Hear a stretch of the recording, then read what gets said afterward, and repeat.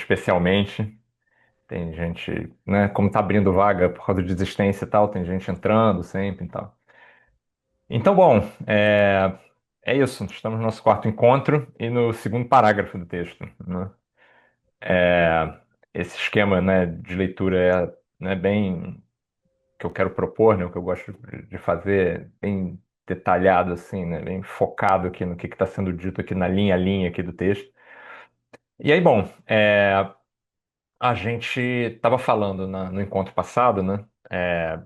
Conversamos um pouco, né, conversamos bastante em torno dessa ideia, né, de como na relação analítica aparece alguma coisa de, né, bom, aparece primeiro um sentimento de frustração do analisando em relação ao analista e a partir daí alguma coisa da ordem da agressividade, né, alguma coisa da ordem da raiva, do ódio, né, sentimentos dessa ordem, né, dirigidos ao analista, mas que a relação analítica, né, ortodoxa, usual, não comporta esses sentimentos e eles se voltariam então contra o analisando, né? Ferenczi tenta, né, desenvolver essa ideia aí em vários momentos, na verdade, né, da obra dele. E isso aparece aqui, né, como uma nota, né, pontual, assim, no início desse raciocínio aqui do diário. E aí, bom, tiramos um monte de, né, ideias disso, né, fizemos um percurso aí e demos nas cartas do Freud Ferenczi, porque nas cartas, né, é onde esse tema, né, do, de uma animosidade, né, começou a ser discutido entre os dois, né. Na verdade, o Ferenczi começa a falar disso explicitamente para o Freud, né, numa, né, vamos dizer assim, tem uma polêmica, né? Tem um tema, né, entre os dois, assim, de discussão entre o Freud e o Ferenczi na correspondência, né? A partir do final de 1929, né? Até o momento em que o Ferenczi morre, né? Em 33. E a gente começou a falar disso no final da aula passada, né? Então eu queria retomar, né? Eu estava dizendo para vocês que, né, tem tem assim um mote, né, meio recorrente, assim, constante, né, na, na correspondência entre os dois, né, que é especialmente a partir dessa época, né, que é isso, né, é o Freud dizendo alguma coisa tipo você não me dá mais atenção como antigamente, né? Coisas desse tipo, né? Uma coisa, um queixume meio comezinho assim do Freud. É muito engraçado o Freud falando assim. Dá uma sensação estranha, né? De que este grande homem, né? Tão admirado e tal, fica meio. Você não me escreve mais com a frequência de sempre. Eu estou sentindo que há coisas, né, que você está com sentimentos ocultos, agressivos com relação a mim, né? E ele insinua coisas do tipo, é como aconteceu com Jung, é como aconteceu com Adler, é como aconteceu com, né, então, com Rank, né? Então o Freud tem muito presente isso, assim, né, de que ficar em torno dele é difícil, né, e que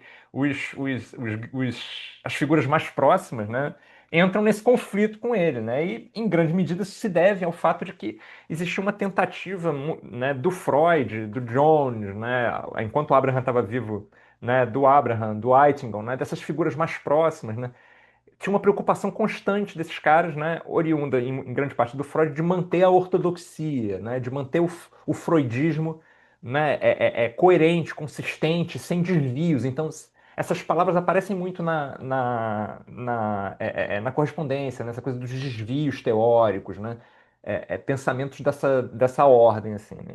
E bom, então junto com essa ideia da amizade, né, do Freud se questionando, Ferenczi, você não escreve mais, né, e tal, tem esse temor constante, né, de que o Ferenczi esteja, né, se distanciando teoricamente, né?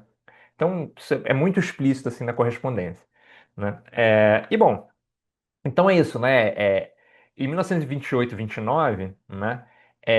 Ou seja, né? Mais ou menos 20 anos já de amizade entre os dois, né? De relação, assim, em grande medida amizade mesmo. Então, em 28, 29, eles trocam, assim, em média, uma carta por mês, né? Uma carta por semana, o Freud e o Ferenczi, né? Então, eles vêm nesse ritmo de uma carta por semana e tal, mas isso começa a escassear, né? É isso. Tem momentos em que vão ficar 2 meses sem carta, né? Ou uma carta em um mês, né? Então é verdade, tá rolando mesmo alguma coisa entre os dois, né? E aí tem aquele lance da eleição para a presidência da Sociedade Psicanalítica Internacional. Eu acho que eu mencionei isso ano passado, não foi? Eu falei para vocês, né, desse lance. Então é isso, né? O Ferenczi assume, mas ele é meio, né, removido da presidência por causa das questões da guerra na Europa e tal. Então a Hungria, um presidente húngaro ia ser confuso politicamente e tal. E aí o Freud fica trazendo isso na correspondência, fica dizendo, né, você deve estar triste por causa dessa coisa da presidente, mas na próxima eleição você vai ser presidente. Isso é também muito gozado de observar o controle enorme que o Freud tinha sobre a eleição da IPA, assim, né? Tipo, é como se o Freud... Tem uma hora que o Freud diz assim, não, de minha parte está garantido, né, que você vai ser presidente. Assim, não tem eleição nenhuma, né? O Freud meio indica alguém e as pessoas votam, né? É curioso perceber essas dinâmicas, assim, né? Porque reforça essa posição, né, do Freud como esse né, patriarca mesmo, assim, que é muito importante para entender vários tanto os desenvolvimentos teóricos do próprio Freud, como as relações com os outros autores, assim. Mas beleza. E aí o Freud fica insistindo nessa coisa das eleições, da presidência, e o Ferenczi fica meio, não, eu tô mais interessado em estudar, em pesquisar, eu não quero mais saber dessa coisa né, de política, eu não sou afeito a isso e tal. Muito bem, até que chega, né, um momento, né, em que no Natal de 29, né, o Ferenczi diz duas coisas bem né, definidas, assim, bem claras, né, sobre nesse tema, né, sobre as pesquisas dele. Ele diz, né, eu não estou interessado em política, eu estou mais interessado na pesquisa e na clínica, né? E aí ele diz duas coisas. Ele diz, eu tenho experimentado cada vez mais com o relaxamento, né, é a expressão que aparece, e e eu tenho me dado conta de que todos os casos têm um componente traumático e que, portanto, a fantasia, o papel da fantasia é superestimado. Então, eu vou, né, a gente já está numa minúcia da minúcia aqui, né? A gente está falando de uma carta específica dentro de um contexto, né? E lembrando, esse contexto né, as queixas que o Ferenczi vai começar a formular sobre as dificuldades do Freud de lidar com a transferência negativa. Então, a gente está lá num diário clínico olhando o Ferenczi falando sobre a raiva na sessão. Eu estou dizendo para vocês, olha, isso aparece nas cartas do Freud, com o Ferenczi. Isso vai ser muito importante porque o Freud vai escrever sobre isso em 37, ou seja, 4 anos depois da morte do Ferenczi, né? No análise terminável e interminável. Então, eu estou tentando fazer essa linha com vocês. Aí, no meio dessa linha, né, se abre esse parênteses dentro do parênteses, que é o Ferenczi nessa carta, no Natal de 29, dizendo, olha, tem dois temas aqui que eu tenho pesquisado que são importantes. Um é o trauma. Trauma está sempre... Todos os casos têm um componente traumático, né? E o outro tema é o relaxamento, né? Na clínica, na técnica psicanalítica. Então, a questão do relaxamento, a gente já bateu nisso, né? Esbarrou nesse tema várias vezes, né? É, o Ferenczi vai escrever sobre isso, né? O princípio do relaxamento neocatarse é um dos textos clínicos, né? Do final dos anos 20, né? Que é particularmente eloquente assim da posição do Ferenczi.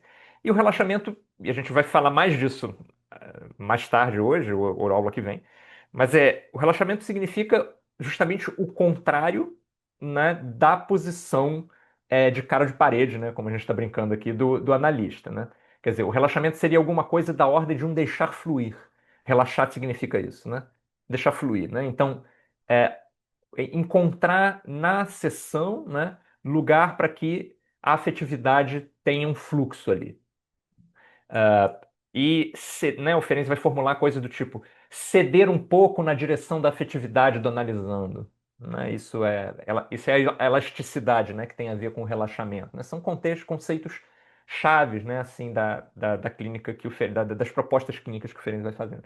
Então ele fala desse lance com o Freud, né, nessa carta, e ele fala do componente traumático, e ele diz, em associação a essa história do componente traumático, ele diz, né, ele diz com todas as letras, né? Tem a impressão que a fantasia, né, o componente fantástico, o componente de fantasia na formação das neuroses é superestimado. Então, essa frase, né, solta nessa correspondência e no Natal, é o presente de Natal do doutor Sandro para o doutor Sigismundo. Essa frase, ela é muito bombástica, né? Ela é muito significativa, né? Parece pouca coisa, mas ela é muito importante. Vocês terem uma noção, né? Quando a Rudinesco, né? Elizabeth Rudinesco escreve, né? Ou nos verbetes, ou no dicionário dela, né, de psicanálise, ou na biografia do Freud, né?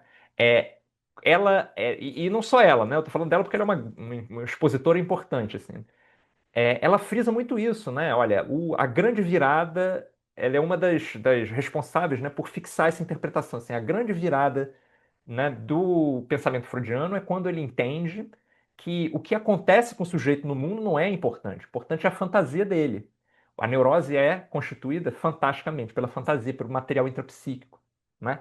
O próprio Freud também fala isso, né? Mas eu estou falando da contemporaneidade, dos comentadores contemporâneos. Então, o Freud, na história do movimento psicanalítico, né, de 1914, isso que está em jogo também, né? O Freud vai tentar mostrar que, bom, o fundamental, né, é a fantasia e não o que acontece no mundo. Então, eu queria falar um pouquinho sobre isso, assim, né, para a gente entender do que tá em jogo aí, né? Sempre lembrando, né? Aqui o público é todo misturado, tem estudante, tem gente que já é psicanalista não sei quanto tempo, tem gente que está entrando na psicanálise, mas já é psi, né? Então, né, tenho trabalhado dessa forma, né, de ir reconstruindo essas ideias, mesmo o arroz com feijão freudiano mais básico, e reconstruindo isso, porque é muito importante encontrar o Ferenczi discutindo com esse Freud lá das Priscas Eras, né? Fala, Castel. Tem várias Acho que você está questões sem que a gente. som. Assim, de som? O som Nossa, tá ligado. Vocês estão escutando ele, não? Não, não. Ah, Tá muito baixo. vai, Castel, tenta de novo. Nada. Bom, se você quiser escrever aí no chat, ou então você resolver o seu rolo aí tecnológico e daqui a pouco você tenta.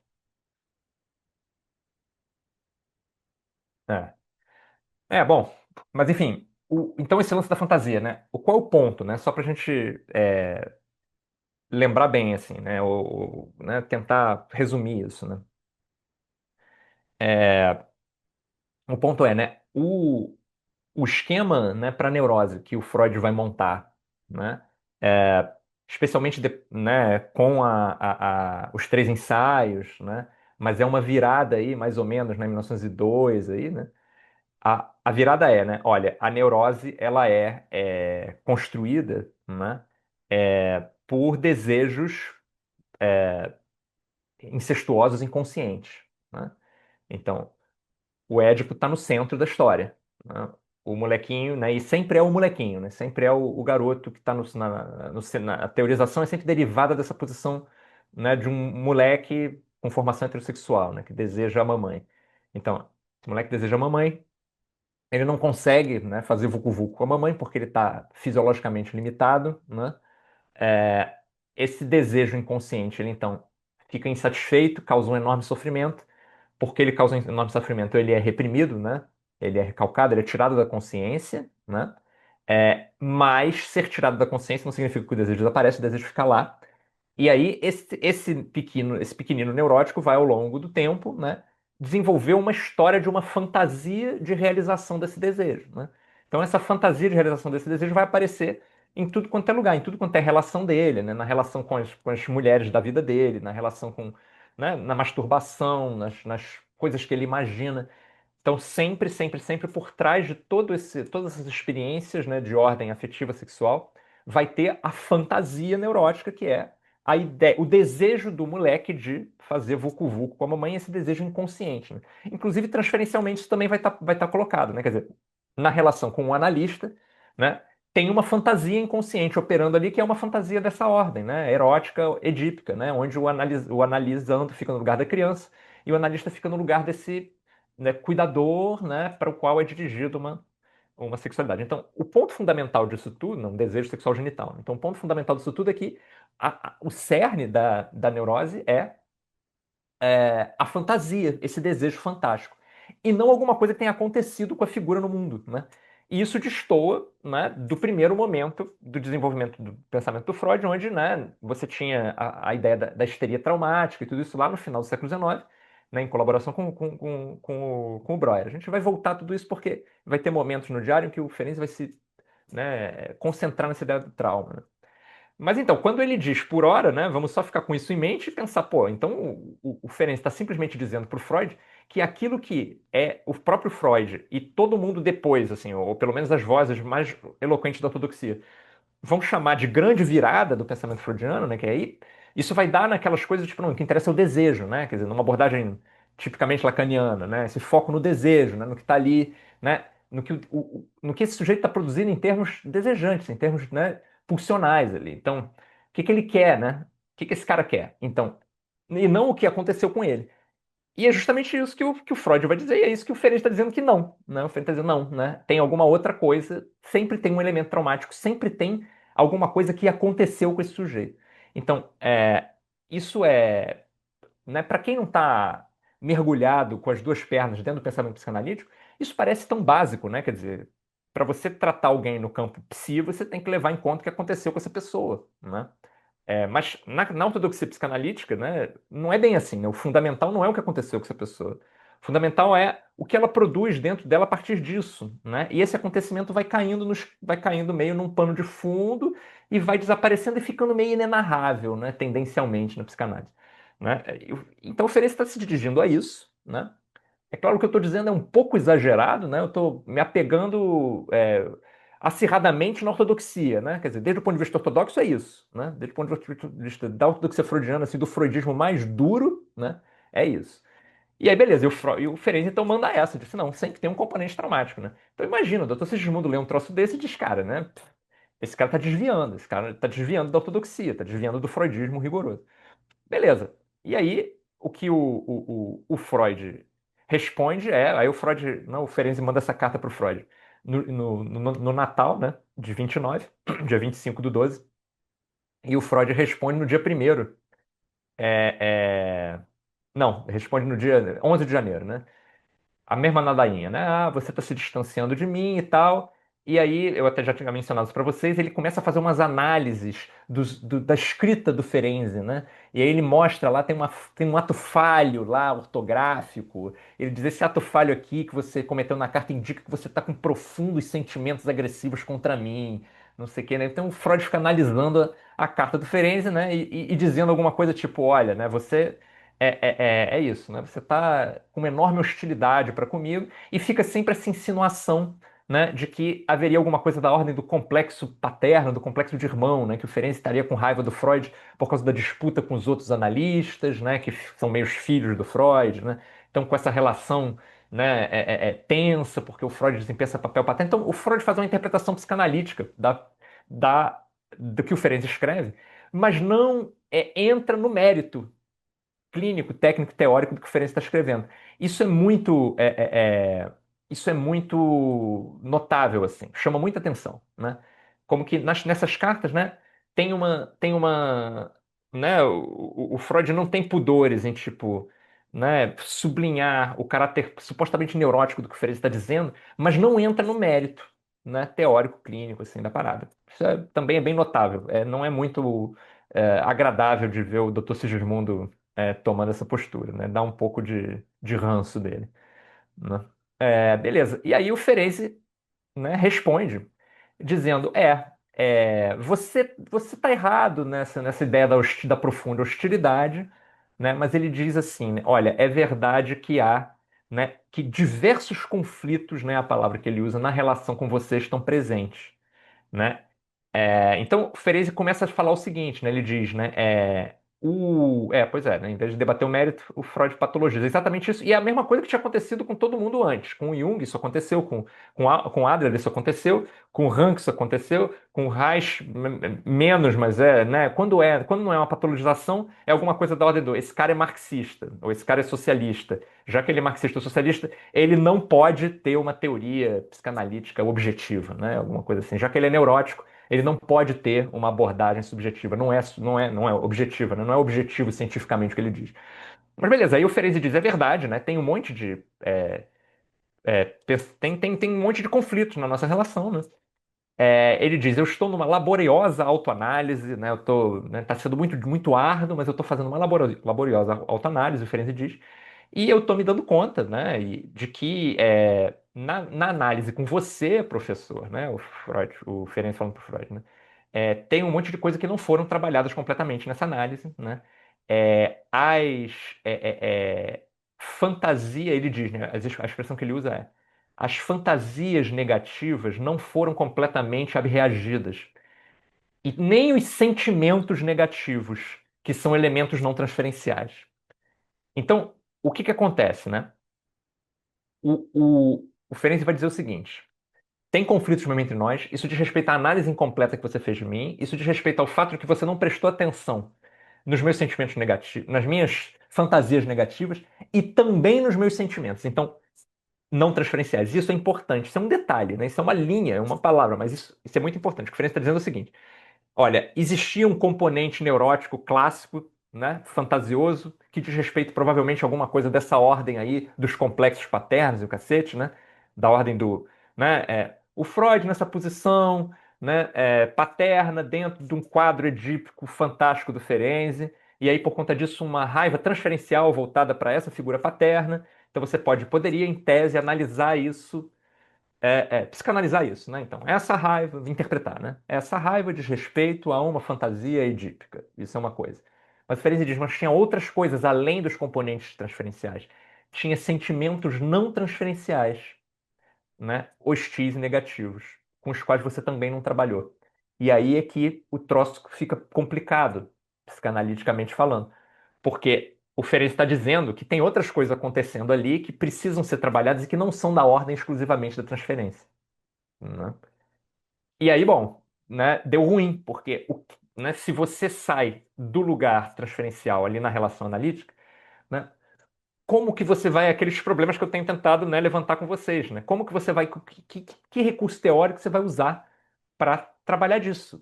Porque o recurso analítico fundamental, né, era a interpretação, né? Então, mas se o cara tem sentimentos hostis que não dizem respeito à transferência, eles não são passíveis de interpretação exatamente, né? Você vai ter que lidar com eles num outro espaço, que é um espaço supostamente, né, interpessoal, real, concreto, né, do que realmente está acontecendo, e não da ordem da fantasia. E aí, bom, o Ferenczi manda essa na carta, né? O que problemas. Qual carta é essa? Essa a carta do Ferenczi, é a carta 1179. É a carta de 17 de janeiro de 1930, né? Aí, bom, o Pedro escreveu, eu acho, né? Não foi? Ué, tinha aparecido aqui pra mim. Sumiu agora. Ah, não, tá aqui, né? Então o Pedro escreveu uma pergunta aqui e a Luísa quer perguntar. Então, diga, Luísa, depois eu volto aqui ao lance do trauma. Bom, também não tô ouvindo. É comigo? Não, ninguém tá ouvindo. Que coisa curiosa. Parece que ela tá sem áudio. Não, o microfone dela tá aberto, né? Tá aberto, só que o. Agora tá Ah, foi, certo. foi. Agora foi. Que bom. É, eu tô meio confusa, porque assim, eu sou completamente iniciante na psicanálise. Eu estudo psicologia, mas na minha faculdade não tem quase nada de psicanálise. E aí agora eu tô aprendendo mais aqui com você. Então, essa coisa da. Como assim esse sentimento não estaria na transferência? A transferência só acontece quando estaria dentro da fantasia de piano? Mas que coisa Então, irritante. uma excelente pergunta. Pois é, então, o que que acontece, né, Luísa? A palavra transferência, né, ela é usada de muitas formas, assim, ela não tem um uso unívoco, né, mas assim, rigorosamente, né, transferência é deslocamento de afetos ou de né, desejos, quer dizer, o que é transferido, né, é um material subjetivo da ordem do afetivo, do desejante. Então, se eu substituo um objeto de desejo por outro, né, eu estou fazendo um deslocamento, né? Então, originalmente, né, então, tipicamente eu tenho um desejo sexual pela minha mãe e eu tenho um ódio do meu pai. Aí aparece meu analista, e aí meu analista fica um pouco no lugar da minha mãe, um pouco no lugar do meu pai. Então, transferência, porque originalmente esse material não dizia respeito a esse cara. Esse material dizia originalmente respeito à mamãe e ao papai. Só que a gente também usa transferência num sentido mais frouxo, que é qualquer coisa que rola ali entre o analista e o analisando, né? Então, no jargão psicanalítico cotidiano, né, virou transferência qualquer coisa da ordem de num fluxo do que está acontecendo ali. Mas rigorosamente, em termos técnicos, não é isso, né? Tecnicamente, o que está em jogo é realmente esse deslocamento de sentimentos, esse deslocamento de desejo, esse deslocamento afetivo.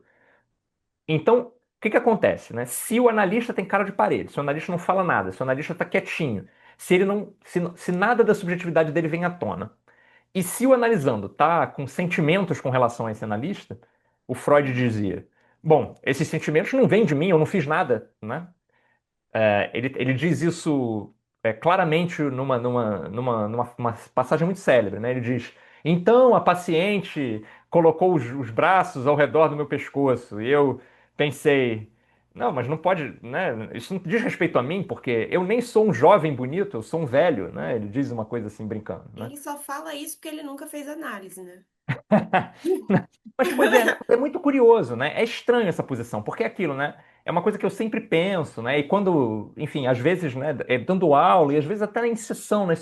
É aquela coisa assim, você encontra uma pessoa, imagina, porque eles faziam sessão 5 vezes por semana, né? Às vezes 6. Então você encontra uma pessoa 6 vezes por semana, e você fica falando dessa pessoa, para essa pessoa de tudo que é mais íntimo, né? Então, essa pessoa podia ser qualquer um, assim, vai desenvolver um rolo ali, né? Quer dizer, qualquer pessoa que se vê todo dia, né, em qualquer local de trabalho, né, tem que ter um certo cuidado para manejar o erotismo, assim, né? Ah, você vê aquelas pessoas todos os dias. Então, pô, respeito, asepsia, distância, frieza, porque senão aquilo ali pode virar uma bagunça, né? É um pouco a sensação, né? Então, é isso, né? Por que que não ocorreria ali, né? Pois é, então, são perguntas para o Dr. Sigismundo. Isso fica meio aporético, assim, na obra do Freud. Para nós é tão óbvio, né? Hoje em dia, principalmente, mas assim, né, num momento em que, né, as questões da sexualidade já estão num outro patamar, né, no cotidiano. Mas assim, o fato é que para o Dr. Sigismundo, né, já que o analista não entrega nada, né, dele, já que o analista é invisível, tudo que o analisando desenvolve em termos afetivos por esse analista é da ordem da transferência. Não diz respeito a uma relação real ali, porque essa relação real não existiria, né? Mas isso é uma construção teórica, né? Isso tem mil objeções, assim, isso é super objetável, né? Você pode dizer, é claro que rola, né? É, então, pois é. Então, o mais, assim, em termos técnicos, né? O que o Freud está dizendo faz sentido. Estou dizendo que eu concordo, né? Mas, assim, é uma construção teórica que tem um sentido, né? É isso, olha, se eu não entrego nada, tem um argumento. O Freud tem bons argumentos para as coisas, mesmo quando ele está, né? Mesmo quando parece bizarro, absurdo, né? Até o caso Dora, por exemplo, que é uma coisa completamente maluca, um dia a gente volta a isso, ele está com bons argumentos ali, ele, tipo, né? Demonstra ali o argumento dele faz sentido, né? Então, o Freud é bom de sistema, né? Sistema é quando uma ideia tem coerência com a outra, né? Ele é bom. Agora, se essa ideia tem coerência com a realidade, é uma outra questão. Se o sistema se aplica, né? Em todos os casos, é uma outra questão. Mas beleza, então o argumento é esse. Daí a ideia de que tudo seria da ordem da transferência. Só que o Ferenc está dizendo que não, né? Que outras coisas ali. E aí a gente pode olhar para essa frase do Ferenc por vários vieses, né? É, um deles, né? Fala, Márcio. É, Pedro, eu tenho a impressão, e gostaria de te ouvir sobre isso, já que você está trazendo Ferenc, e Freud também é um homem do seu tempo, né? No sentido de que Freud era um branco europeu descendente do iluminismo, empolgado com a ciência natural, com Darwin, com tudo que diz respeito ao avanço científico, e ele tendia a olhar a psicanálise como mais uma contribuição ao avanço da ciência, Né? né? E a ciência se conduz pela razão, não pelos afetos, né?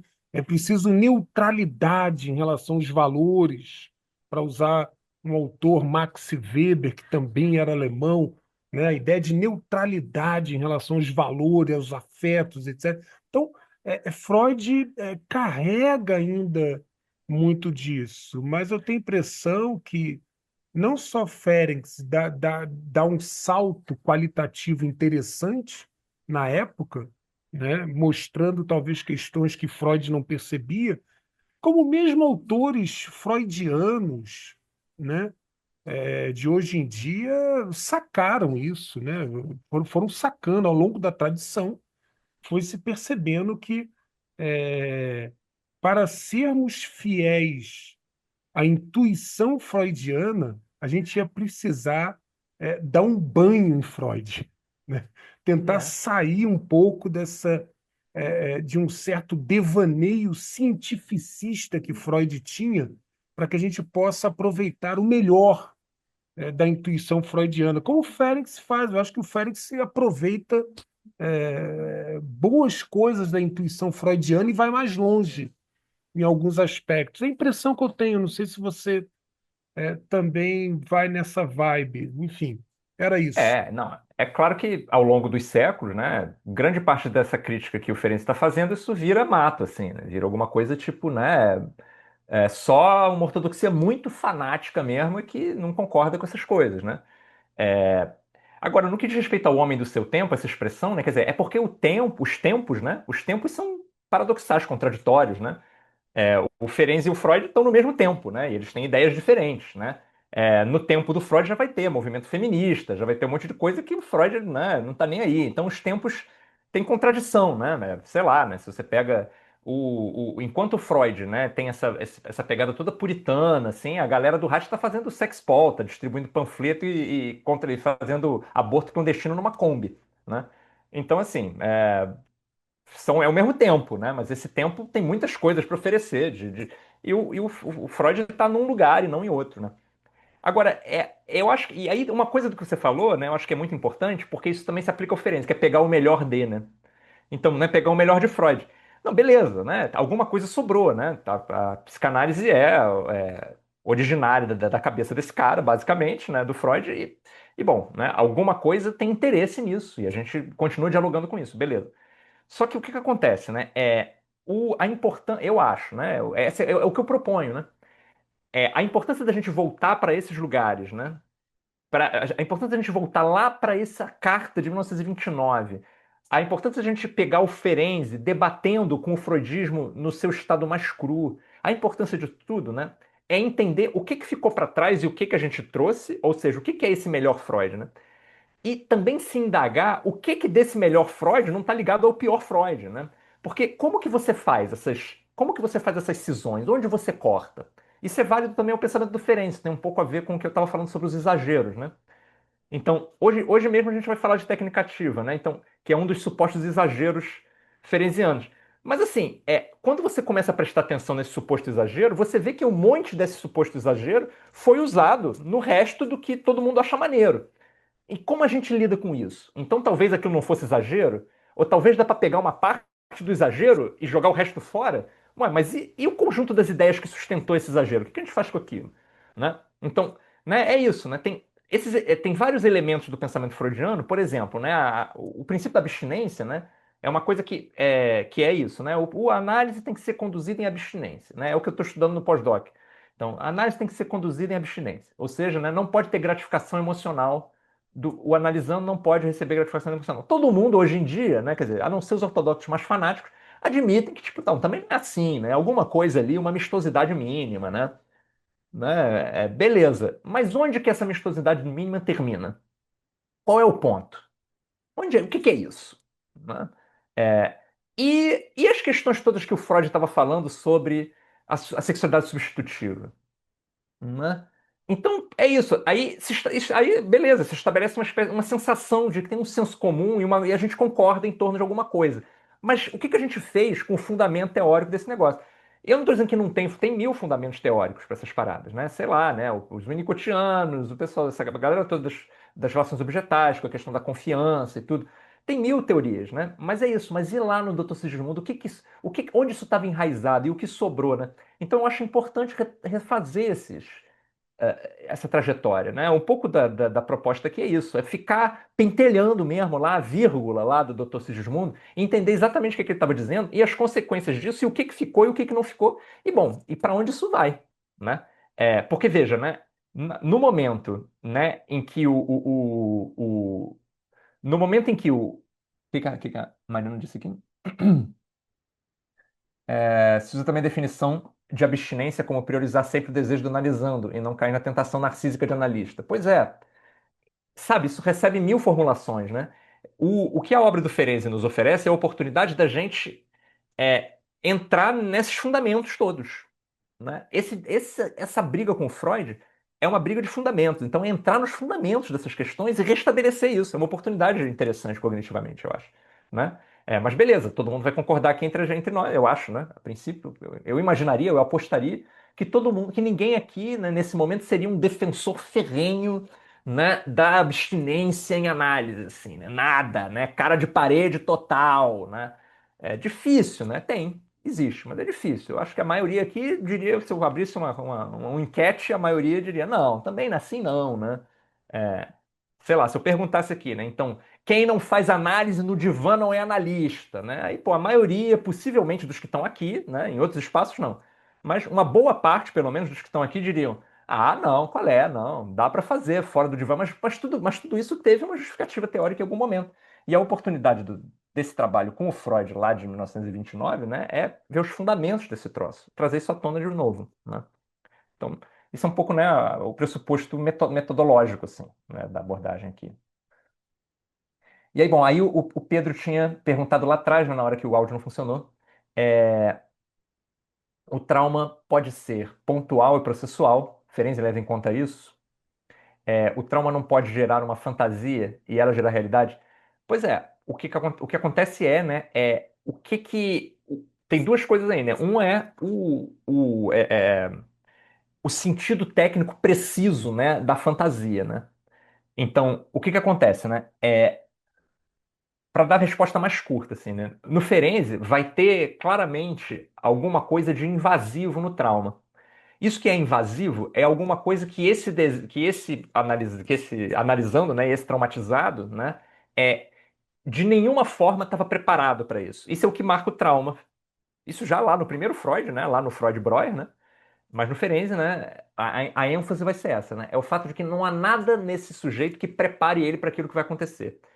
Se não há nada nesse sujeito que prepare ele para aquilo que vai acontecer, ele não desejava aquilo em nenhum sentido, nem no sentido mais rebuscado possível, né? Alguma coisa da ordem do existia talvez um desejo sexual dessa criança abusada por esse pai, ainda que não fosse um desejo sexual genital. Não, né? Tem alguma coisa do zero, não tem preparo nenhum, não tem nada ali no traumatizado. Então, nesse sentido, o conteúdo fantasístico é zero, em algum sentido, né? Inicialmente, para o trauma acontecer, para o trauma ser caracterizado, em termos de produção, de desejo, né, de ter um lugar psíquico para aquilo que vai acontecer, é zero. Depois, né, você vai produzir um monte de coisa em torno daquilo, né? Então, algumas dessas coisas poderiam entrar, né, na caracterização da fantasia, no sentido de que, tipo, né, vai virar alguma coisa da ordem de algo que deveria ter sido prazeroso, ou algo que na verdade foi prazeroso, eu é que não consigo sentir assim, ou na verdade essa pessoa não sabia o que ela estava fazendo. Então vai ter um tipo, né, um enorme arcabouço de coisas aí, né, produzidas fantasticamente a partir desse evento que inicialmente não teve nada, não teve um lugar na fantasia, não teve um lugar no psiquismo. Entrou, né, de forma completamente, né, inteiramente violenta, assim, né, sem preparo.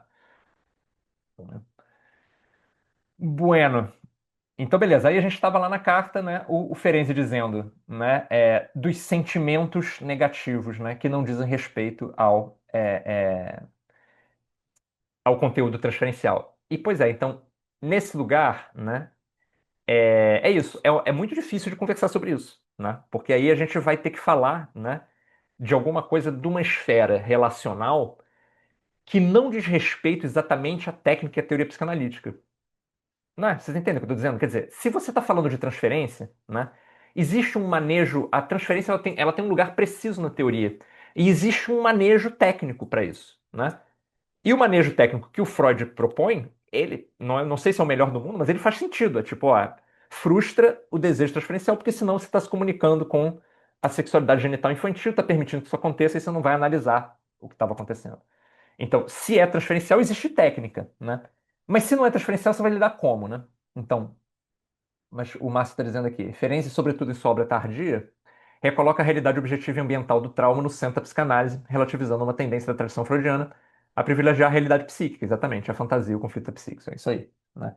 Mas, pois é, mas aí é que tá, né? Então, mas quando a gente sai dessa esfera transferencial, como lidar, né, com isso que é negativo, né? Então, pois é, né? É notável, né, que nesse campo a gente não está num campo estritamente técnico mais, né? A gente não está num campo estritamente psicanalítico, né? A gente entra em alguma coisa que é da ordem do ético, né? Ou seja, na ordem de um pensamento sobre uma relação, né? Sobre uma relação real, né? E aí é isso cria, né, um trilhão de problemas. A gente vai ter oportunidade de focar nisso melhor, né? É, por enquanto, né, vamos ficar com essas formulações. E o Ferenczi dizendo para o Freud, olha, você devia ter lidado com isso e não lidou, e não conseguiu lidar, né? E aí o Freud responde a carta, né, dizendo, sem dúvida, sua antiga neurose reapareceu, né? Essa é a expressão que o, é, é, é, que o Freud usa, né?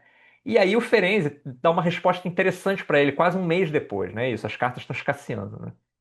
Ele diz, olha, quando você fala, né, em outras palavras, né, o Ferenczi diz, olha, quando você fala de neurose, né, que a minha neurose antiga reapareceu, você está falando, né, de um infantilismo, né? Ou seja, né, essa coisa do complexo paterno, né, que eu estou diante de você nesse lugar, né, dos desejos infantis pelo analista, né? Aí o Ferenczi diz: pois é, mas o que está acontecendo não é um infantilismo neurótico, é a questão da superação de uma inibição. Eu estou conseguindo falar para você coisas que eu nunca consegui falar. Então, eu estou superando uma inibição. Eu não estou recaindo no infantilismo. E esse ponto, novamente, é um ponto notável. De novo, é uma firula, né? Mas olha só, o que o Ferenczi está assinalando com essa formulação é o seguinte: desde um ponto de vista freudiano, existe um encontro entre alguma coisa da ordem do desinibir, do realizar desejos, do realizar tendências reprimidas e do voltar a ser criança e, portanto, aprofundar no caminho neurótico, né? E o Ferenczi está querendo fazer uma distinção entre isso.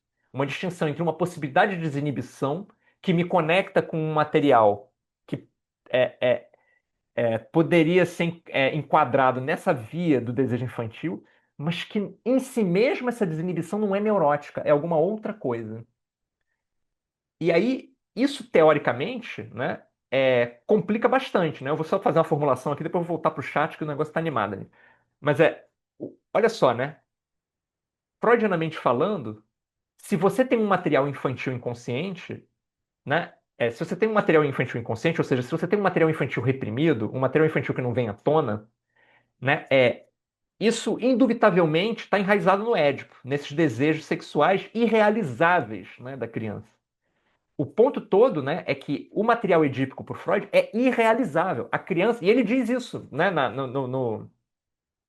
a maneira como ele formula nos três ensaios sobre a teoria da sexualidade, né, quando ele fala da sexualidade infantil, o Freud, né, em 1905, né, ele vai mostrar que a sexualidade infantil ela é intrinsecamente desprazerosa, né? A criança intrinsecamente sofre com sua sexualidade porque ela é irrealizável, né? Então, o estado infantil para o Freud, isso é muito doido de pensar isso, né? Mas o estado infantil para o Freud está marcado por uma profunda frustração e infelicidade, né? A criança sempre é infeliz.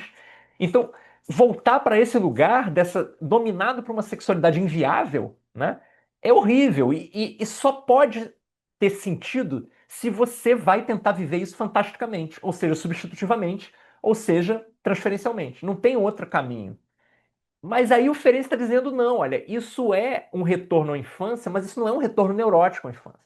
Isso é alguma outra coisa, uma desinibição, né? Eu estou conseguindo fazer diante de você alguma coisa que eu não conseguia antes, né? E esse lugar do desinibir, né? E do retornar, né? Isso vai aparecer muito justamente nos textos do Ferenczi sobre técnica ativa, né?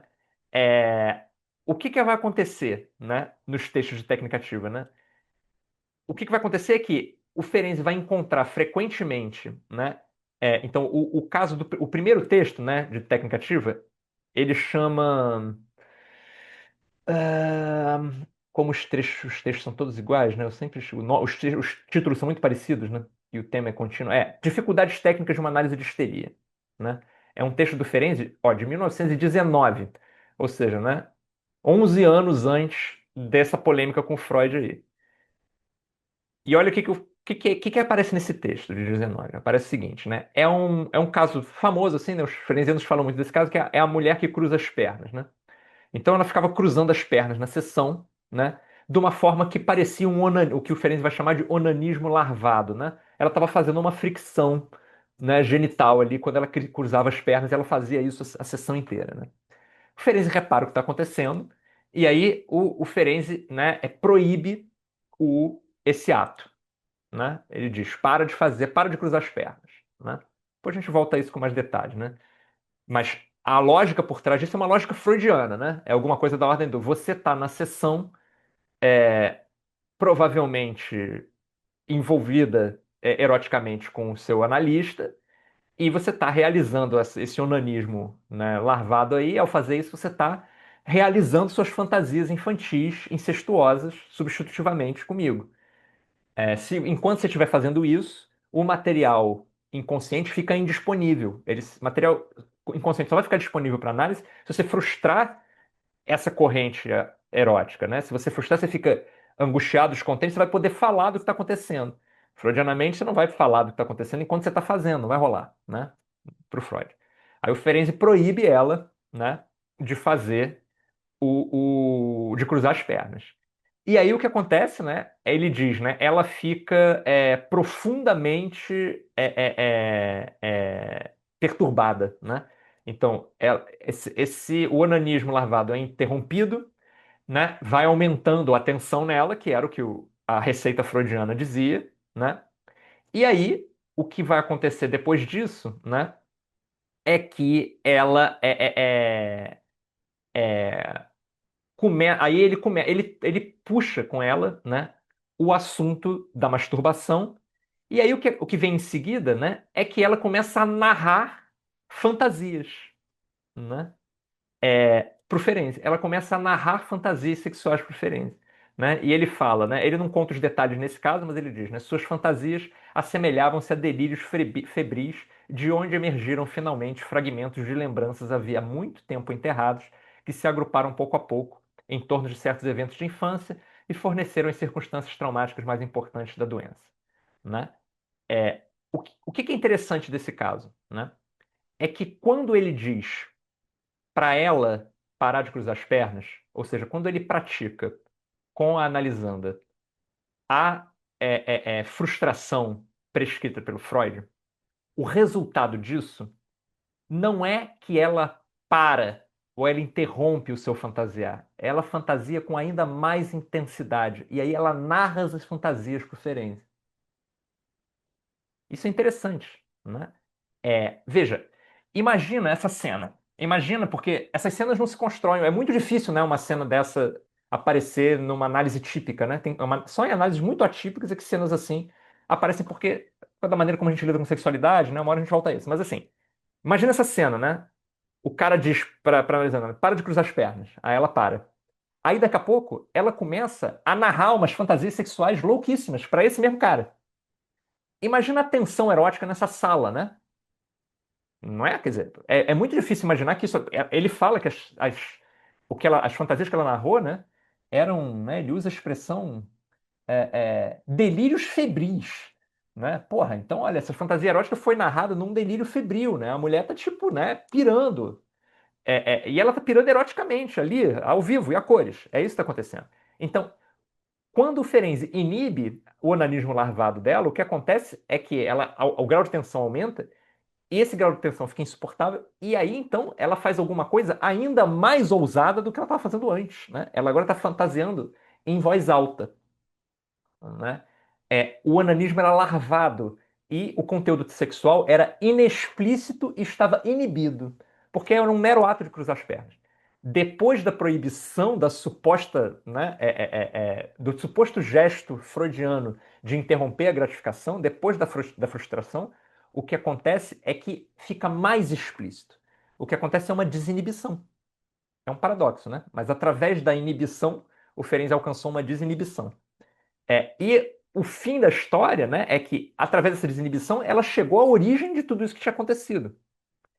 Então, o que o Ferenczi está dizendo desinibir, né, não é necessariamente se envolver eroticamente de tal modo a impedir que a análise prossiga. Na verdade, a análise se beneficia da desinibição em certas situações peculiares, né? O problema, então, não é tão claro inibição e uma análise funcional e produtiva versus desinibição e interrupção da análise e infantilismo neurótico. Essa oposição não está muito clara no Ferenczi, né? Nem nos textos de técnica ativa, né? Porque, prestando atenção exatamente o que acontece é isso. Então, quando lá na frente o Ferenczi vai questionar o Freud e vai dizer o que está em jogo aqui, né, não é um infantilismo neurótico, é uma desinibição. E essa desinibição não está me fazendo mal, ela está me fazendo bem. Né? É disso que ele está falando. Mas o notável é que para o Freud isso é inadmissível. Né? Naquele lugar, isso é inadmissível. Naquele lugar, um retorno para a posição infantil só pode trazer uma coisa, que é o aprofundamento desse erotismo analítico e a reafirmação do caráter fantástico da posição do Freud dentro do esquema psíquico do Ferenczi, e, portanto, né, em alguma coisa da ordem de uma fantasia neurótica, né, imprestável. Né? Fez sentido isso, gente? Diga lá, Márcio. Duas perguntinhas bem rápidas.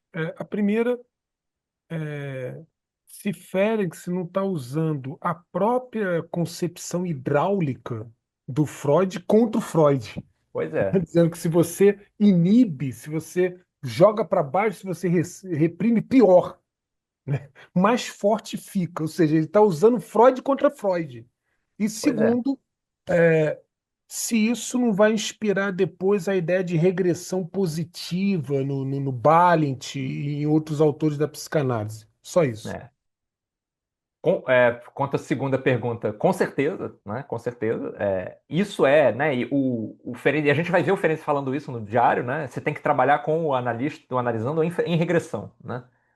O analisando tem que estar em regressão, ele tem que estar. Essa posição infantil, na verdade, para o Ferenczi é incontornável, né? Todo médico, né, coloca automaticamente o paciente numa posição infantil, né? Então, o Ferenczi vai até mais longe. O Ferenczi é exagerado, né? Como já vimos. Então, né, sempre tem um caráter regressivo ali pro Ferencianamente falando. E a primeira pergunta era usar o Freud contra o Freud, né? Pois é, o que acontece é que todo mundo que foi taxado de heresia fez exatamente isso, né? O Reich era um, né, que até nos anos 30, né, estava insistindo que o maior freudiano de todos era ele, né? Assim, né? E é de fato, né? O Reich, né, ele tem um domínio do aparato conceitual freudiano assim que é assustador, né? Os textos do Reich de 30 e pouco, né? Ele fala com uma intimidade, assim, a coisa fica quase ilegível, de tão conceitualmente pesado a parada é, assim, né?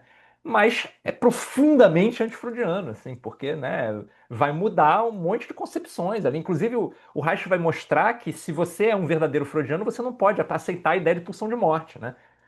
É uma doideira, mas enquanto o Freud vai dizer o contrário, vai dizer, não, mas isso é o mais fundamental, essa descoberta é fundamental. Eu reconstruí toda a minha teoria em torno disso. E o Reich está dizendo, isso é uma besteira, isso é uma suposição errada.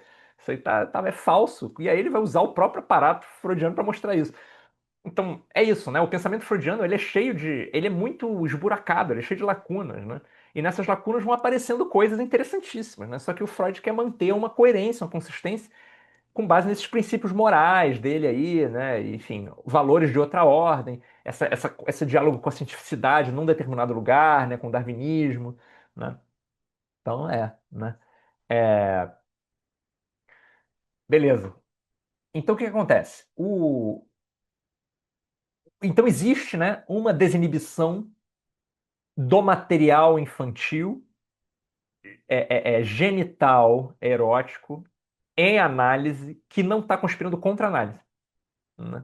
e que não é necessariamente da ordem do fantasístico, né? E da ordem de um apego à neurose, ou de uma reafirmação da posição neurótica. É alguma outra coisa, né? Então, o Ferenczi está tentando falar disso, né, nessa carta para o Freud, né? Obviamente isso não vai dar certo, né? Porque os próprios textos, porque isso é 1930, né? Mas os textos de técnica ativa que o Ferenczi tinha escrito em 29, em 19, a ordem né?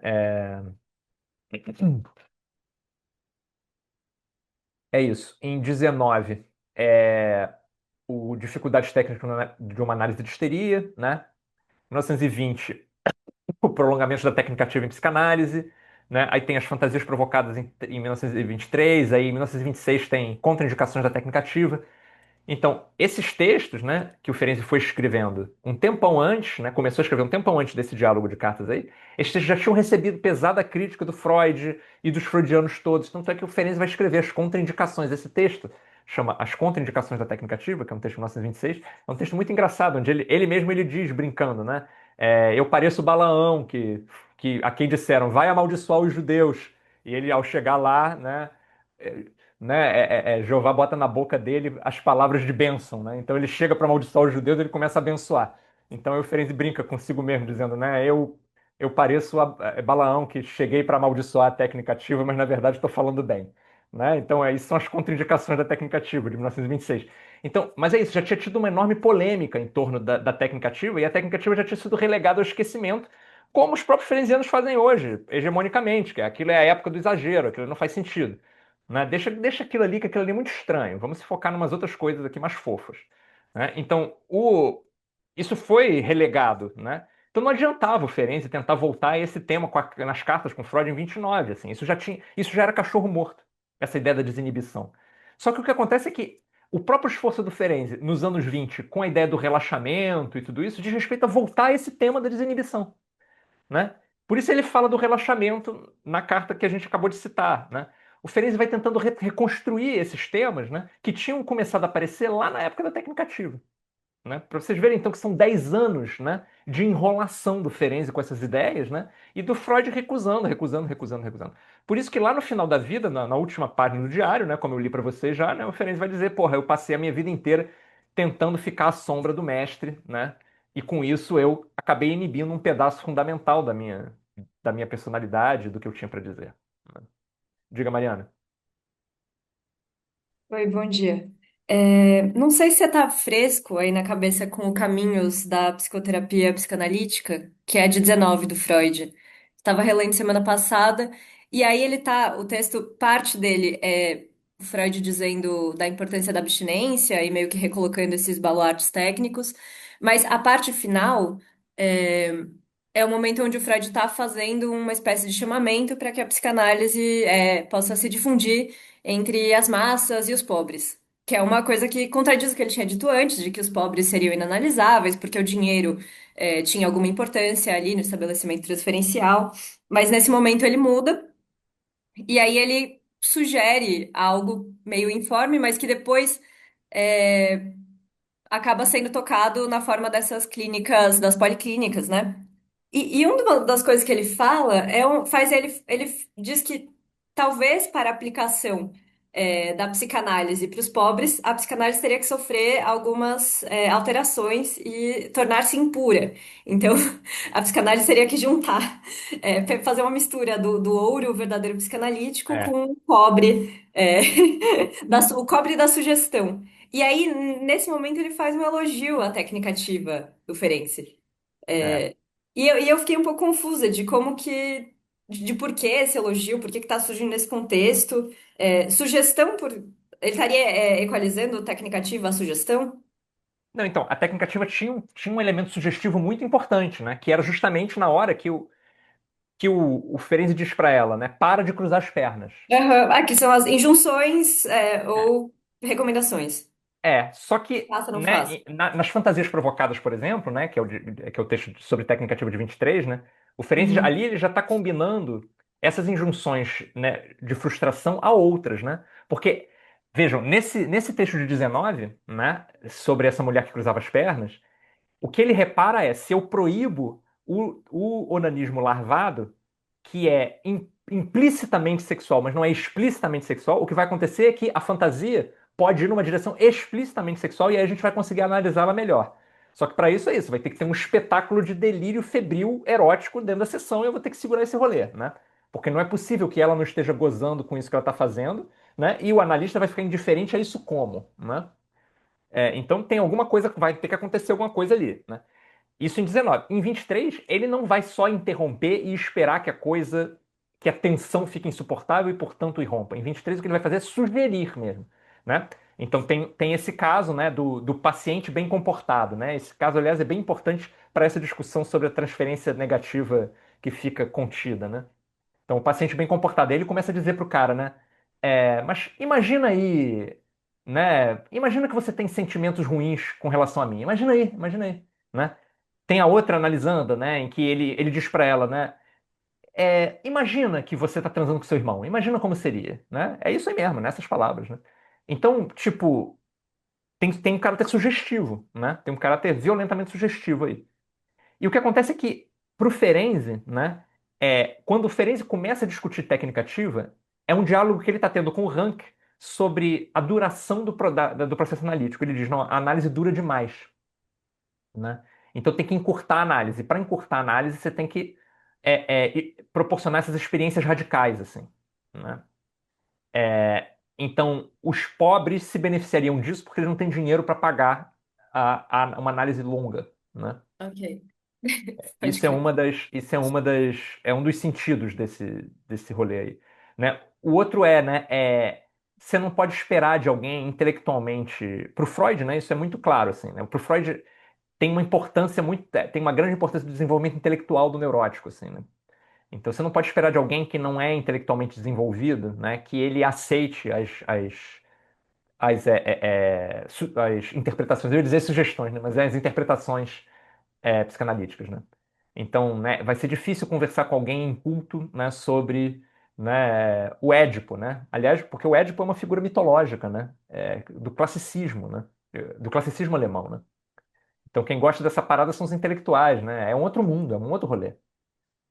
Hoje em dia a gente só aceita isso, né? Porque a classe média progressista mundial, né, ela tá super antenada com esse material, né? Tipo, vamos lá, né? Grécia, tipo, né? A gente abraça isso de bom grado, assim, né? A gente parte do pressuposto que tudo isso é lindo, né? E aí a gente se conecta com esse material. Mas, porra, né?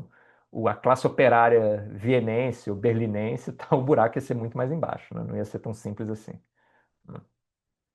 É. Isso tudo diz respeito a essa história do bom comportamento do analisando, né? É muito gozado, né? Tem cenas que aparecem, né, nessas situações que o Ferenczi narra, né? Que é difícil pensar isso acontecendo hoje, né? Mas vamos seguir com o texto que elas vão reaparecer, né, no texto mesmo, né? Então tá, então só para retomar, né? A gente está lá na carta em que o Ferenczi começa a falar de desinibição num sentido que não é infantilista, né? Ou seja, que não é uma mera revivência do material edípico. É, Pois é, aí o Freud, né, não responde nada, né, a essa carta. Essa carta fica não respondida meses. E aí, em maio, né, o Ferenczi escreve de novo. E ele sempre escreve de novo dizendo: Eu sei que a culpa desse silêncio é minha. Né? Eu estou. E aí, quem não respondeu foi o Freud. Assim, é muito gozado, né? Mas essa introjeção. Não é introjeção, é retrojeção que ele usa o termo, né, que eles traduziram. Essa retrojeção da agressividade o tempo inteiro. Né? E nisso, numa relação não analítica. Né? É uma relação com alguém. O Freud não é mais analista dele, né? Mas essa relação com essa figura de autoridade, né? Então, Ferenczi, meses depois, né, fevereiro é a última carta, no final de maio ele escreve: Eu sei que a gente não se fala porque eu estou de pirracinha, né? É mais ou menos isso que ele fala, né? Se contrariando, inclusive, né? Dizendo que não era um infantilista a posição dele. E aí, beleza, né? E aí, isso vai, né? Essas trocas, né? Elas ficam nesse ritmo, né? Chega em dezembro de 31, né? Ou seja, né? 2 anos depois daquela primeira carta que a gente conversou, né? Sobre os sentimentos e negativos e as fantasias negativas, né? Que seriam duas coisas diferentes, né? Os sentimentos não transferenciais. Então, né, quase 2 anos depois, né? é, eles estão trocando em dezembro de 31, né? Aí o tema é são as famosas cartas em torno da questão do beijo, né? Porque o que que acontece, né? Pois é, a transferência não acontece só na clínica, claro. Né? Mas é isso, né? Fica, né? Chega aos ouvidos do Freud, né? Uma coisa que aconteceu entre o Ferenczi e a Clara Thompson, né? A Clara Thompson depois ela se torna, né? Uma figura super importante, né? Na psicanálise americana, né? Na relacional americana, né? E ela tinha sido ela é uma dessas analisandas, né, que aparece muito no Diário Clínico, né? Ela se eu não me engano, a NB, né? Não, é DM, né? É a DM, né? No Diário Clínico, a DM é é a Clara Thompson, né? E o que que acontece com a Clara Thompson, né? O Ferenczi dá uns beijinhos nela, né, no final da sessão, né? E aí o Freud fica boladaço com isso, assim, né? Fica tipo, né? é, Essa carta, né, é uma carta dentro do contexto, ela é uma carta particularmente longa, né, em que o Freud fica narrando, né, ele fica dizendo, pois é, essas inovações teóricas, essas supostas inovações teórico-clínicas aí, de relaxamento e tal. Bom, hoje você está beijando a paciente, né? Aí sempre que aparece um inovador, vai vir alguém que quer inovar mais ainda, e o próximo vai fazer o quê? Né? Você está beijando, o próximo vai fazer o quê? Né? E aí é esse caminho freudiano, né? O Freud fala isso muitas vezes, né? Nos três ensaios, né? Quando ele fala de sexualidade infantil, da masturbação infantil, né? Sempre aparece uma figura assim, que é tipo, né? A criança começa se masturbando e em breve todo o laborioso edifício civilizacional vai ser destruído. Uma coisa assim, nas conferências introdutórias, eles usam uma formulação assim. É tipo, se abrir a comporta um pouquinho, bref, vai ser a estragação geral, né? Não tem meio termo, assim, né? Sabe aqueles analistas que viram pra gente e diz, mas não tem meio termo? Sabe? Todo mundo já ouviu isso em análise, né? Tipo, tem meio termo? Pois é, né? O Freud é assim, né? Não tem meio termo, cara, sabe? Porra, ou abstinência completa, ou então o analista vai, eventualmente, né, permitir todo tipo de liberdade com a analisando. É isso que ele fala na carta, né?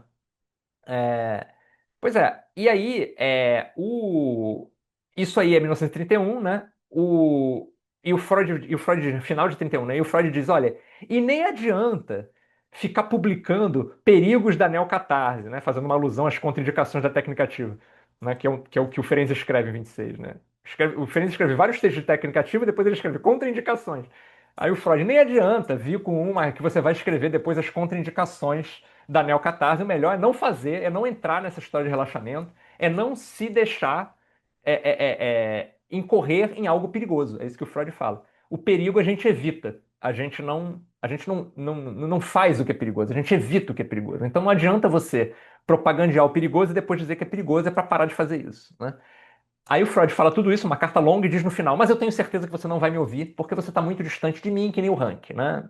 Fica subentendido isso, né? Beleza. E aí o que acontece, né? O tom é esse, né? E aí, né? Em torno de agosto e setembro de 32, né? E aí veja, o Diário Clínico já começou, porque essa carta do beijo, né? Do Freud é de dezembro de 31. O Diário Clínico começa justamente em janeiro de 32, né? Então é isso aí. Acabou de rolar isso tudo que a gente está contando até agora nas cartas, né? Tá tudo contido no primeiro pedaço do diário, né? É interessante notar isso, né? Que quando o diário começa, né? Em grande medida, esses temas que apareceram na correspondência com Freud estão todos lá. E aí, bom, em agosto de 32, né? O diário já começou, o diário já está, né? Super rolando. Na verdade, o diário está se aproximando do fim, né? Porque o Ferenc está se aproximando do fim da vida dele também, né? E aí, o que acontece é que o Ferenc vai publicar, né? Vai proferir a confusão de línguas, né? A conferência que chamava, né? Pois é, eu sempre esqueço o título original dela, diz alguma coisa tipo, né? A diferença entre a sexualidade adulta e a da criança, né? E ele depois vira esse texto chamado A Confusão de Línguas, né? Que é publicado em 32, póstumamente. E aí, quando o Ferenczi vai, né? Para a conferência, né? O Ferenczi escreve para o Freud, dizendo: a gente tá tendo muitos mal-entendidos, né?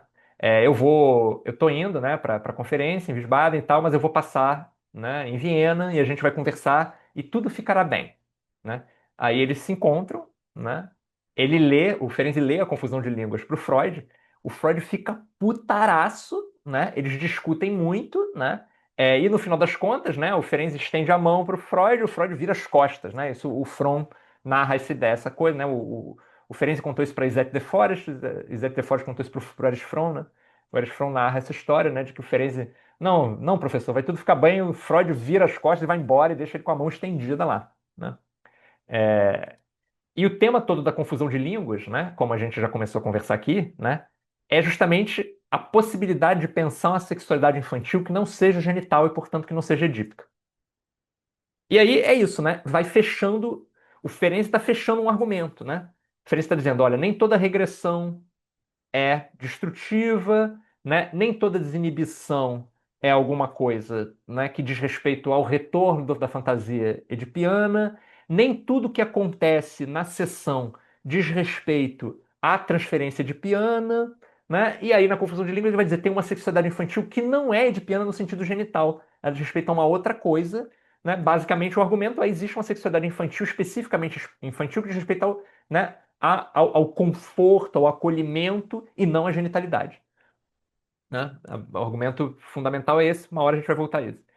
E o Freud, né, putaraço, né, meio, né, manda ele embora, e aí as cartas vão escasseando, escasseando, escasseando, escasseando, né, o Ferenczi já está muito doente, né, na verdade, quando ele chega em Wiesbaden, né, para apresentar a conferência, ele já tinha circulado um esboço da conferência, né, o Whiteman já tinha lido, né, o John já tinha lido, e eles tentam impedir o Ferenczi de proferir a conferência, né. O Ferenczi ia falar isso na abertura, né, eles tentam impedir, tentam dizer para ele não falar a parada, né. É interessante isso, né? Porque, veja, essa galera, todos esses caras, eles eram os melhores psicanalistas do mundo naquele momento, né? Sem exagero, eram os melhores, eram os caras que estavam ao lado do Freud, eram os caras que realmente entendiam Freud.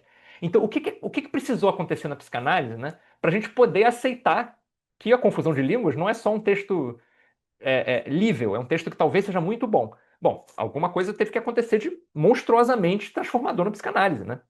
Para toda a elite psicanalista tentar censurar o texto. E para depois, né, o texto virar uma parada maneira, né? A psicanálise deve ter mudado muito, né? Mas aí o que sobrou, né?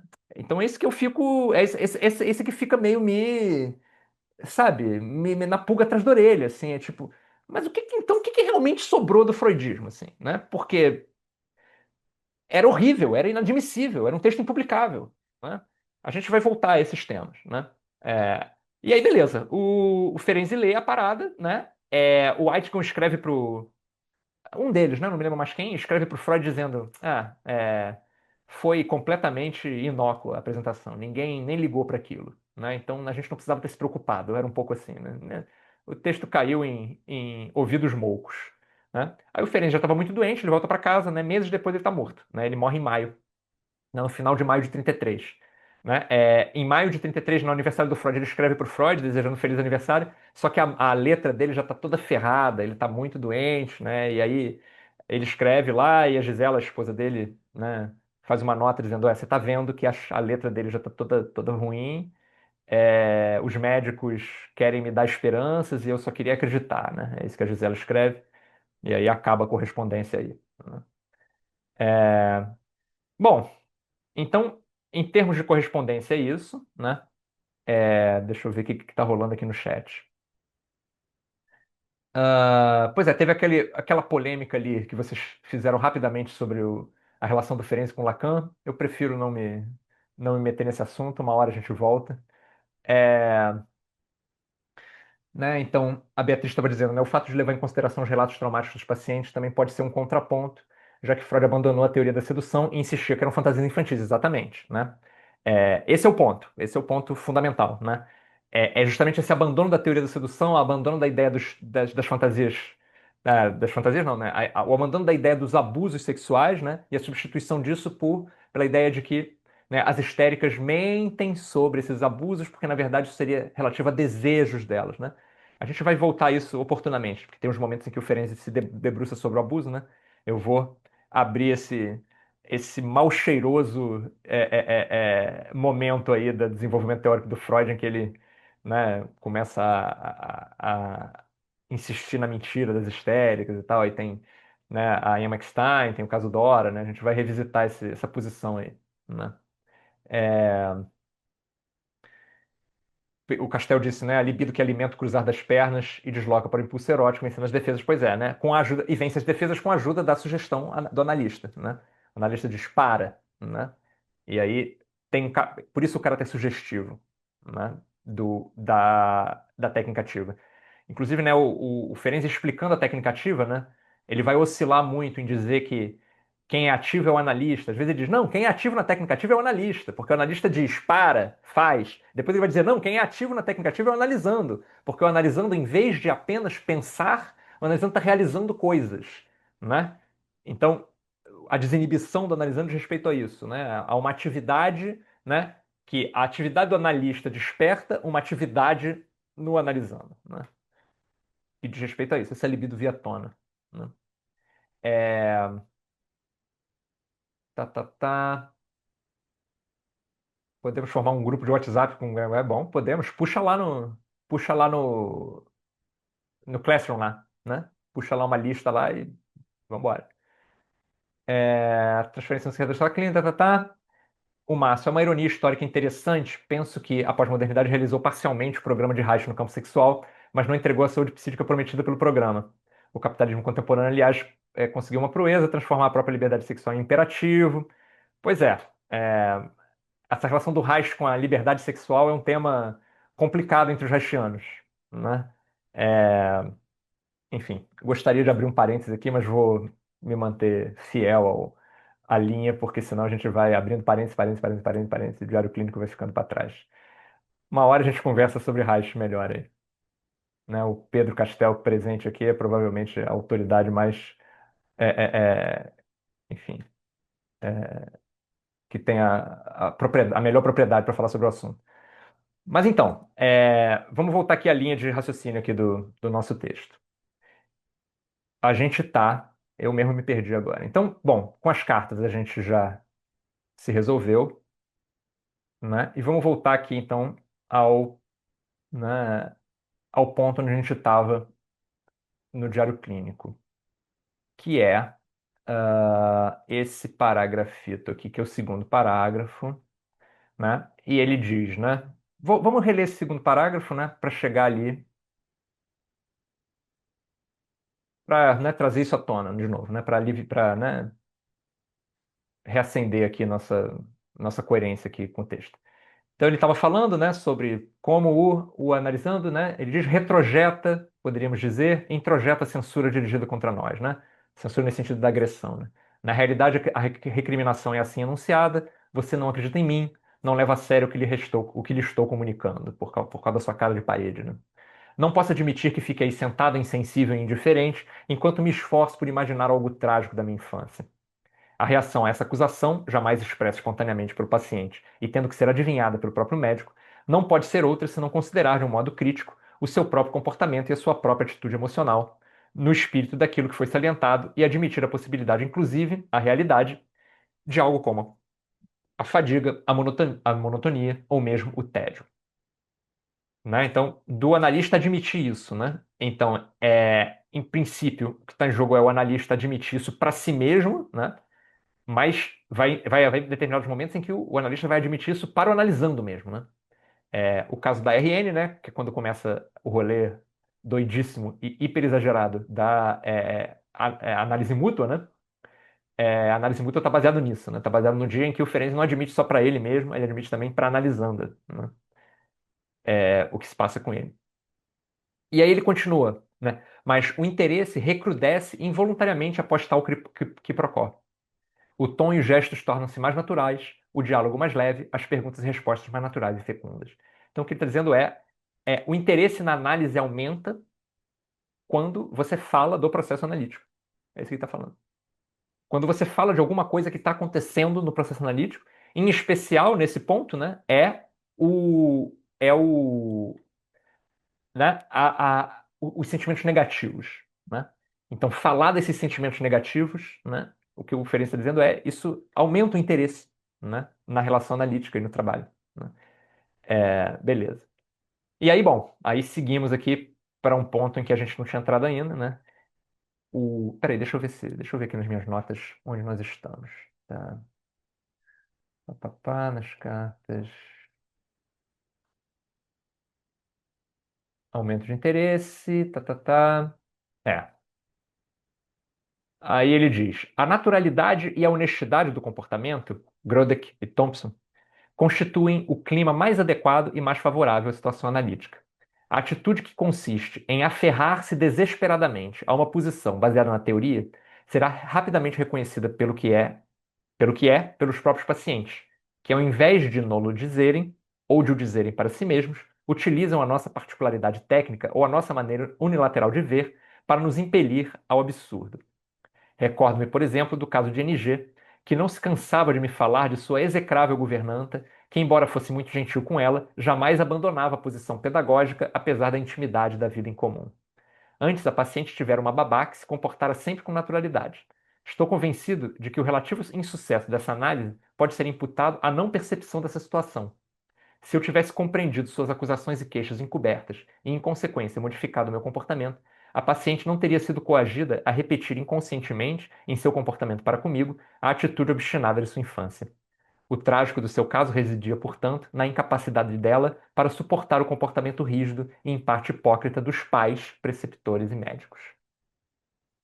Então, vamos. É o mesmo rolê, né? A mesma coisa, mas vamos pegar passo a passo aqui, né? Inclusive, né, me ocorreu, tem um exemplo clínico aqui, né? Que eu queria dar. Então, né, temos analisando aqui, teve um momento, né, em que claramente o que eu falei é, deixou ela desconfortável, claramente, né? Eu falei uma parada, ela, né, por eu conhecer a expressão dela, né, ela ficou desconfortável. Rolou aquele silêncio na sessão, né? Eu disse, eu acho que você ficou desconfortável com o que eu falei. E ela, como ela é uma boa analisanda, ela disse: é claro que não. Imagina se eu ia ficar desconfortável. Eu aguento tudo, eu tô acompanhando, né? Eu tô zoando, mas é um pouco isso, né? A gente vai meio imbuído dessa boa vontade com o analista, né? E eu, claro que eu não acreditei, né? Mas eu, beleza, né? Segue o barco. Muito bem. Semanas depois, essa figura me chega e diz assim: briguei com a fulana, que é uma das amigas dela, né? Briguei com a fulana. Aí eu, o que que aconteceu? Ela me disse tal coisa. Tal coisa era muito, muito parecida com o que eu tinha dito para ela. Era alguma coisa, vamos dizer, do mesmo campo, né? Não era a mesma coisa exatamente, né? Mas era algo que dizia respeito ao mesmo assunto, estava no mesmo campo. Aí, e ela disse, né? Olha, aí eu disse, e como que você brigou com ela, né? E ela me contou, né? Eu disse para ela, olha, você não está na minha pele, portanto você não sabe o quanto esse assunto é importante para mim e, portanto, você não pode dizer isso para mim, né? E aí que eu disse para ela, bom, eu acho que isso se aplica a mim também. Porque esse foi aquele mesmo tema daquele dia que eu observei que você não tinha gostado do que eu falei. Você lembra desse dia? Ela, lembro. Então, aquilo aconteceu comigo naquela situação, não foi? Ela disse, foi, né? Aí eu, beleza. Então agora vamos falar sobre por que que eu não posso falar sobre isso do jeito que eu falei, né? Onde te bate? E aí ela, pois é. Aí ela veio com renovado ímpeto. Pois é, né? Entre parênteses tinha seu filho da mãe, né? Fecha parênteses, mas o filho da mãe ela não disse, né? Pois é, e aí o que que aconteceu, né?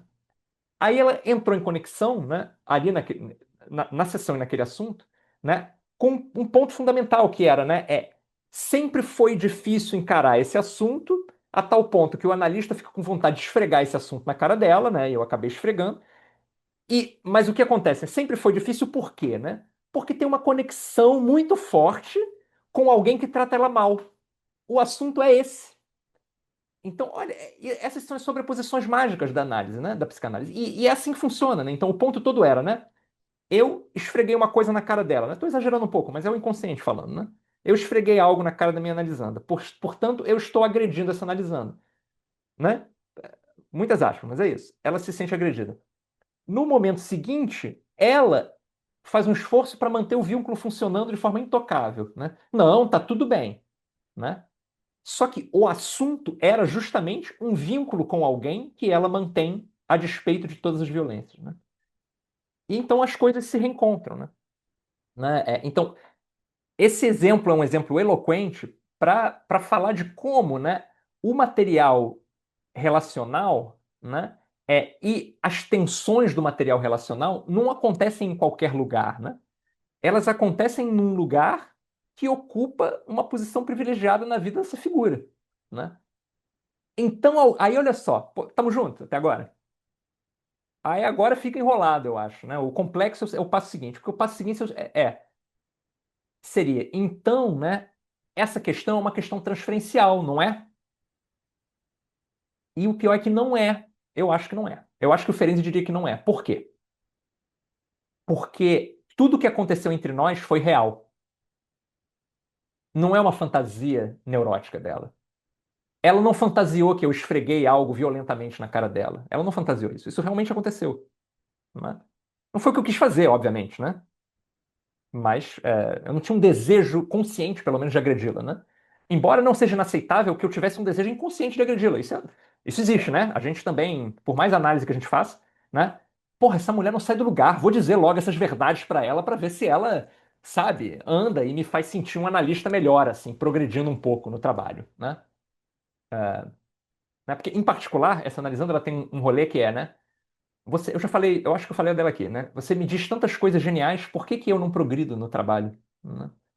Você sempre me diz coisas geniais, por que eu não progrido no trabalho? Né? Em algum lugar eu também acho isso, possivelmente, né? Lá no fundo, né? Tipo assim, porra, eu sou um analista tão bom, por que ela não progride, né? E aí ela diz, né? É muito bom esses encontros quando a gente começa a pensar nisso, né? Aí ela diz pra si mesma, eu sou uma analisando a merda, porque eu não ando, né? E aí, na minha cabeça, tem duas opções. Ou ela é uma analisando a merda mesmo, ou então eu que sou analista merda. Mas assim, eu não sou analista merda, né? Claramente, né? Ela que é uma analisando a merda. Então eu vou esfregar isso na cara dela. Provavelmente é isso, né? A história oculta dessa história, né? Provavelmente pode ser alguma coisa dessa ordem. Mas se é, né? Então, o que acontece é que a reação dela não foi uma reação a um material transferencial, né? Isso realmente aconteceu. Mas realmente ela sofreu uma violência, né? E assim, eu posso ser o cara mais analisado do mundo, né? É, enfim, etc, etc, etc, né? Isso sempre vai acontecer algo dessa ordem. Sempre, sempre, sempre, sempre. Mas o melhor é que não é tão ruim assim que aconteça. Na verdade, nesse caso, foi ótimo. Então, o ponto todo é, né? A analisanda é capaz de trabalhar com isso, com a minha agressividade? Ela só é capaz de trabalhar com a minha agressividade se eu for capaz de trabalhar com a dela, né? Vejam como é um. Então, pensando ferenzianamente, a parada vai ficando muito complexa, né? E dois psiquismos em jogo. E o que aparece é alguma coisa muito parecida com coisas que o Reich falava de um psiquismo único, né? Um encontro analítico, né, produz uma coisa, né? Outros caras falam isso, né? O pessoal das relações objetais, né? Tem um monte de gente que fala alguma coisa dessa ordem. Mas é isso, né? É um psiquismo único ali, né? Que está em jogo. Tem duas pessoas que estão passando mais ou menos pelo mesmo, estão fazendo parte do mesmo jogo. Mas o centro da história é que, né, não foi uma fantasia transferencial que impulsionou isso. Foi uma reação a uma situação real, em que realmente aconteceu algo da ordem de uma agressão com muitas aspas. E vamos dizer, pode ser que esse material inconsciente não esteja presente, né? Eu particularmente acho que isso é impossível, que sempre tem, né? Que a gente né, impulsionado, né, por esse registro, né? Dessas agressões, dessas invejas, dessas coisitas, dessas picuinhas, né? A gente não vai eliminar isso, né? Na minha concepção de psiquismo, isso é inviável. A gente é empurrado por isso mesmo, né? Então não adianta fazer 30 anos de análise, não adianta, isso está lá. Mas beleza, ainda que não tivesse nenhum material mesquinho desse comezinho, ainda que fosse simplesmente um erro meu, esfreguei na cara da analisanda. Isso tem a ver com a pergunta que o Márcio tinha feito há 2 aulas atrás, acho, né? Esfreguei na cara da. Ou alguém falou sobre, né, um erro clínico, não me lembro quem foi, talvez o Márcio. Né? Escorreguei, cometi um ato agressivo. E a analisanda, né, poder falar sobre isso que aconteceu, que é algo real. E não transferencial, ela não está me colocando no lugar paterno, né? Na verdade, ela só me coloca no lugar paterno quando ela tenta retrojetar a agressão. Esse que é o problema. O momento neurótico é o momento em que ela diz: não vou brigar com esse cara, vou manter esse vínculo funcionando a qualquer custo. O momento neurótico não é o momento que ela fica com raiva de mim. Então, a coisa, desde uma ótica freudiana, a coisa está invertida. Vocês entendem onde eu quero chegar?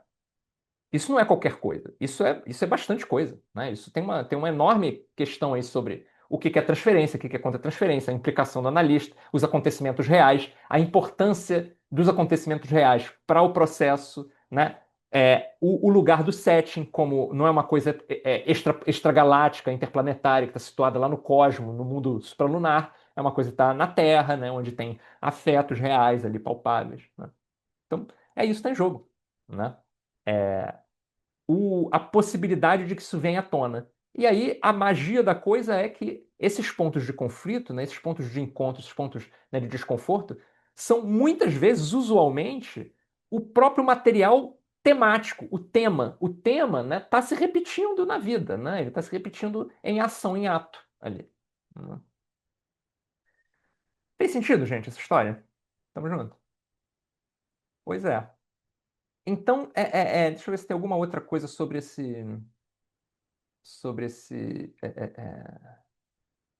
parágrafo que eu quero observar. A outra é essa ideia, né? Eu acho esse termo, essa escolha de termos, né, curiosa, né? Quando ele fala do analista, ele diz, né, a atitude que consiste em aferrar-se desesperadamente a uma posição baseada na teoria. Eu acho esse desesperadamente interessante, né?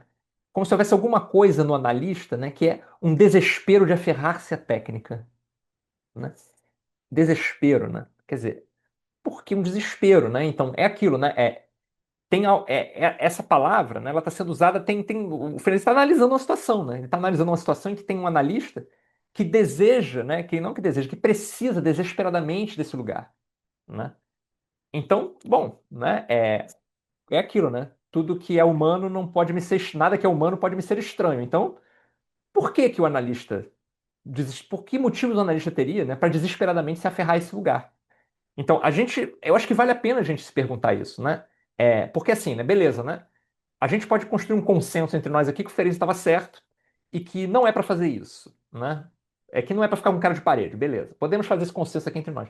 Mas tem um dado importante de realidade, que é que faz um século que as pessoas estão com cara de parede, né? Grande parte de nossa profissão está com cara de parede. Então, tem um apelo enorme. Essa situação nos interpela num lugar que por favor, faça cara de parede, senão as pessoas não estavam fazendo. E aí é esse desespero, é disso que eu acho que é importante falar, né? O que há de desesperador nesse momento, né? Em que faz com que você se refugie atrás da técnica? Isso vai acontecer, né? Nenhum ferenziano fanático tá imune a ficar desesperado e se refugiar. Respostas que não servem, né? Ô Fala, Pedro, posso fazer uma colocação que eu não sei se tem a ver com isso tudo que a gente está falando, mas para mim eu acho que tem. A questão de, na formação, pelo menos eu escutei isso várias vezes, né? De quando você está tendo uma aula, enfim, em algum momento vem e um professor, um preceptor, e aí fala assim: não faça isso porque senão você vai perder seu paciente. Se você falar assim, você vai perder seu paciente. Então, fica jogando todo o tempo você em contato com uma situação que sai completamente da cena, né? Que te deixa num momento de dúvida sobre essa questão da sua espontaneidade dentro desse setting que está acontecendo, essa situação, desse inconsciente. Então, assim, é angustiante no começo você ficar com isso na tua mente, né? Então, por isso que é importante matar o pai, que o que Ferenc estava querendo fazer com Freud. Pode Né? crer. Então, assim, em vez de você está inibido porque você está preso em alguma coisa, não, eu estou me libertando. Pois é, né? Né? E aí isso, né? Essas ordens de desespero, né? O cara que diz não faça isso, você vai perder o paciente, né? A Ana falou, né? Podia ser podia errar catastroficamente, né? Porque o outro lado, né? É o seguinte, né? É manter esse vínculo indefinidamente, de uma forma absolutamente razoável, porém superficial, né? Porém, é o que eu falo, como eu fico profundamente incomodado com uma amistosidade permanente, assim, né? Aquela relação assim de, isso tá tão gostoso essa análise, não sei o quê. Tipo, porra, cara, sabe assim, não é possível, não é possível, tem que ter algum problema aí nesse lugar, porque se não tivesse um problema fundamental numa relação de cuidado, essa pessoa não estava aqui. Então, como que você estabelece uma relação de cuidado perfeita, maravilhosa. Assim, não dá. Tem que ter um rolo aí. Tem que ter um risco de perder o paciente. E isso é muito interessante, assim, né? Porque a gente tem que tolerar esse risco, né? E ele tem que tolerar esse risco de perder a gente, né? Porque senão fica né? A gente, não, eu vou aplicar uma técnica. Essa técnica né? Isso. Essa técnica me garante alguma coisa, ou pelo menos ela garante que eu não vou fazer alguma coisa muito ruim com o analisando, ou uma coisa muito ruim comigo, né? Só que, porra, manter isso rolando durante anos é uma coisa muito ruim, né? Quer dizer, é isso, né? Na minha experiência como analisando, né? E grande parte da minha ênfase aqui, né, diz respeito a isso, né? As minhas frustrações com os meus analistas, né? Então, assim, né, é isso, pô. Eu olho assim e digo, cara, quanto tempo eu perdi? Pra mim, aqueles 4 anos ali foram catastróficos, assim, tipo assim. Porque o cara podia ter dito isso, que aí em 5 minutos o outro analista disse. Ou ele podia se posicionar de um outro jeito. Isso é catastrófico também, assim, né? Isso também é perder a pessoa, perde 4 anos da vida dela, assim. É foda, mas a gente está num lugar, às vezes, de uma enorme, gigantesca responsabilidade. Né? Quem fez uma análise muito boa na vida, né, sabe que uma análise muito boa pode trazer uma transformação muito importante. Né? Então, assim, a gente está nesse lugar, que é tipo de poder trazer isso para a pessoa. Ou não, né? Porra, isso é uma puta responsabilidade, uma responsabilidade gigantesca, né? Às vezes dá até medo, né? Dá um pouco de desespero, né? E daí a racionalidade é essa, né? A racionalidade não, isso é desesperador mesmo, então eu vou me agarrar à técnica. Só que quanto mais eu me agarro à técnica, mais inócuo fica o meu trabalho, porque menos conectado eu tô justamente com esse elemento desesperador, né? Que é o que há de vital ali, né? É onde está a vida e a morte, né? Uma vez uma supervisora me disse, né? Eu estava discutindo um caso, né? E eu estava muito assim, né? Preocupado e tal. A supervisora me disse, né? Pedro, ninguém salva ninguém, né, Pedro? Né? Aí eu tipo, pá, né? Nossa, é mesmo, né? Eu sou um maluco, né? Eu tô achando que. Mas aí, cara, aquilo ali durou 5 minutos, né? Daqui a pouco eu disse, né? Tinha tido um terremoto, né? Aí eu, não, mas espera aí. Tem gente que salva gente, sim. Teve um terremoto. Isso é um outro terremoto, né? Foi um tempão. Teve um terremoto. O bombeiro foi lá e salvou a pessoa. Então, às vezes, tem gente que salva sim. Calma aí, calma aí. Não, mas olha só, o bebê quando ele tá no berço, né? Se ninguém for lá dar comida para ele, ele vai morrer, ele vai morrer. Então, o bebê é salvo. Então, as pessoas se salvam umas às outras sim, né? Então, vai ter gente que vai estar em regressão e ela vai precisar ser salva, porque ela vai estar na posição do bebê ou na posição de alguém que está embaixo dos escombros. E aí? Então alguém salva alguém. Então, se eu fizer merda, essa pessoa não vai ser salva, essa pessoa tá fudida. Não é? E aí, né, rolou aquele mal-estar, assim, né? Mas é isso, né? Quer dizer, não é? É um lugar, às vezes, né? É um lugar de enorme responsabilidade. Então, é desesperador, né? E como é desesperador, você se protege para não fracassar. Você se protege para não fracassar e isso te protege do próprio sucesso. Isso te protege de entrar em contato com esse lugar que é desesperador, que é o lugar da virada, que é o que a Ana trouxe, né? Com esse relato que, porra, fortíssimo, muito, muito maneiro, muito importante, né? Que é tipo, beleza, eu vou cruzar esse lugar aqui, eu vou cruzar eu vou cruzar o limite do razoável, né? Eu vou ser irrazoável. Eu vou ser irrazoável em dois sentidos. Primeiro, que eu estou dando uma sugestão extrema porque esse assunto para mim se resolveria assim. Não vai na porra do restaurante, qual é a sua? Deixa, para com isso. Restaurante não é lugar para criança, a criança não vai ficar parada, isso é óbvio, né? Então, um é isso. E o outro é que eu estou infringindo uma regra básica, que eu estou dizendo para analisando o que ela vai fazer. Então, justamente nesse lugar é que o ponto estava. Isso não é coincidência. Isso não é coincidência, né? Isso se deve a algo, se deve a. Essa analisando está desesperada, né? Ela está sempre perguntando. Ela está sempre perguntando. O desespero é palpável, né? Aí a gente fica desesperado, porque é tão urgente e ao mesmo tempo é proibido. Então eu não vou fazer. Então tem alguém que pede insistentemente, alguém não consegue parar de pedir isso, né? Ela não consegue parar de pedir. Porra, né? É isso. A gente tem que ter, né? Não, por que ela tá pedindo tanto, né? E aí chega esse dia que, tipo, não, ela tá pedindo, tem alguma coisa aqui, isso, né? Então é aí que tá a virada, né? No momento em que a gente cruza a fronteira do razoável. Então, isso que eu acabei de dizer é um absurdo, porque a gente não pode transformar isso numa regra da nossa clínica, né? Eu vou viver aqui de cruzar o limite do razoável, né? Isso não é uma regra, isso não pode ser um monolito técnico, né? Cruze o limite do razoável, não é isso. Mas tem uma outra coisa em jogo aí, né? A outra coisa é o que é o razoável, né? Esse razoável tem que ser expandido, né? Tem alguma coisa aí que é tipo, né? Bom, né? É essa aposta, né? Se isso é desesperador para ela, se isso é desesperador para mim, é porque tem alguma coisa aí, né? Então, como a gente se municia para entrar nesse lugar do desespero? Acho que isso é uma forma de formular isso, né? E o Ferenczi, ele está nos chamando, nos conclamando a pensar nisso, nesses lugares, né? Diga, Márcio. De um ponto de vista ferenciano, Pedro, é possível dizer que a Ana, com esse relato fantástico que ela trouxe, ela se excedeu? Dos ferenzianos, você diz, né? Exagerou, né? Sim, Os ferenzianos diriam. Exagerou, exagerou. né? Mas no exagero e no excesso algo se fez, né? Pois é, mas é esse que é o ponto, É entendeu? É por isso que eu interessante. implico com essa parada do exagero. É porque os lugares de ação são exatamente esses, né? Quando o Ferenczi fala, o analista está desesperadamente atrelado. O desespero é um sentimento extremo. A solução freudiana é uma solução extrema, exagerada, né? Esse é, isso é que é a mensagem, né? Quando o Freud se constrói uma teoria inflexivelmente amparada na frustração, né? Quando depois, mais tarde, né, usando o Heidegger e os cacetes, né, o Lacan vai construir uma ontologia fundada na angústia, na frustração, né? Isso é uma medida exagerada, isso é uma medida hiper radical, isso é uma medida muito radical, né? É de uma radicalidade extrema, assim, né? Justamente, então, como aerar isso, né? Qualquer alternativa parece igualmente radical, né?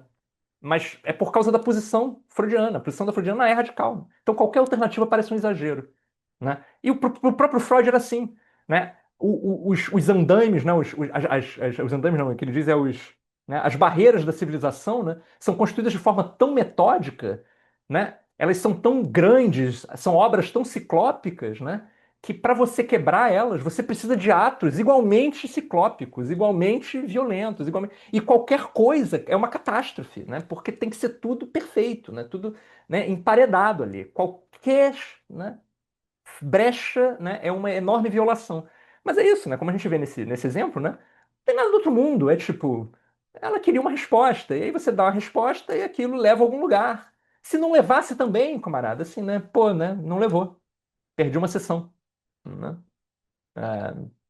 Ou descobrir uma coisa, né? Descobrir uma coisa importante hoje, né? Que essa resposta não produziu nenhum efeito, né? Então, vamos ver a sessão que vem. Se uma outra resposta sobre, né? Então, né? Mas né? Esse fantasma do erro grave, né? Fica pairando, né? Mas né? Num lugar em que a gente fica a salvo, né? Do acerto grave também, né? É muito estranho, né? Mas é É isso. paradoxal, né? Porque a psicanálise quer ser subversiva, mas nem tanto, né? Não, No pois é. fundo, Quando você normaliza uma subversão, né, tem alguma coisa errada.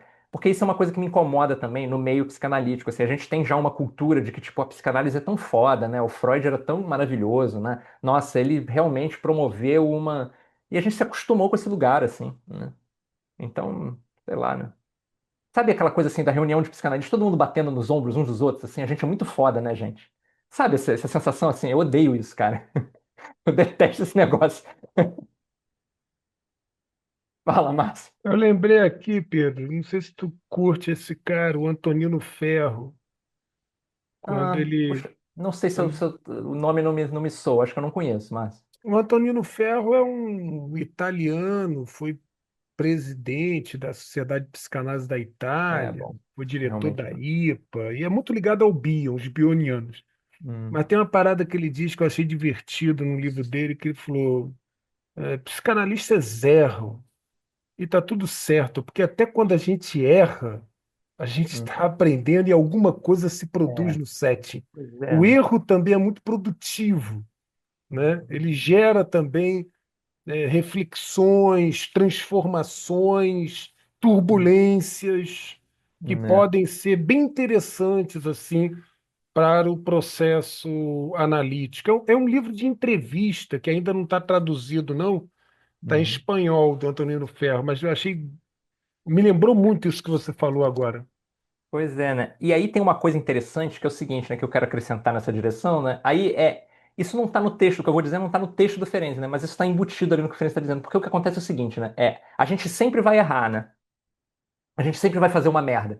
Mas a gente vai fazer uma merda no sentido real do termo, não é transferencialmente. Não é porque eu ocupo uma posição paterna e eu estou frustrando, porque. Não, a gente sempre vai fazer uma merda, sempre.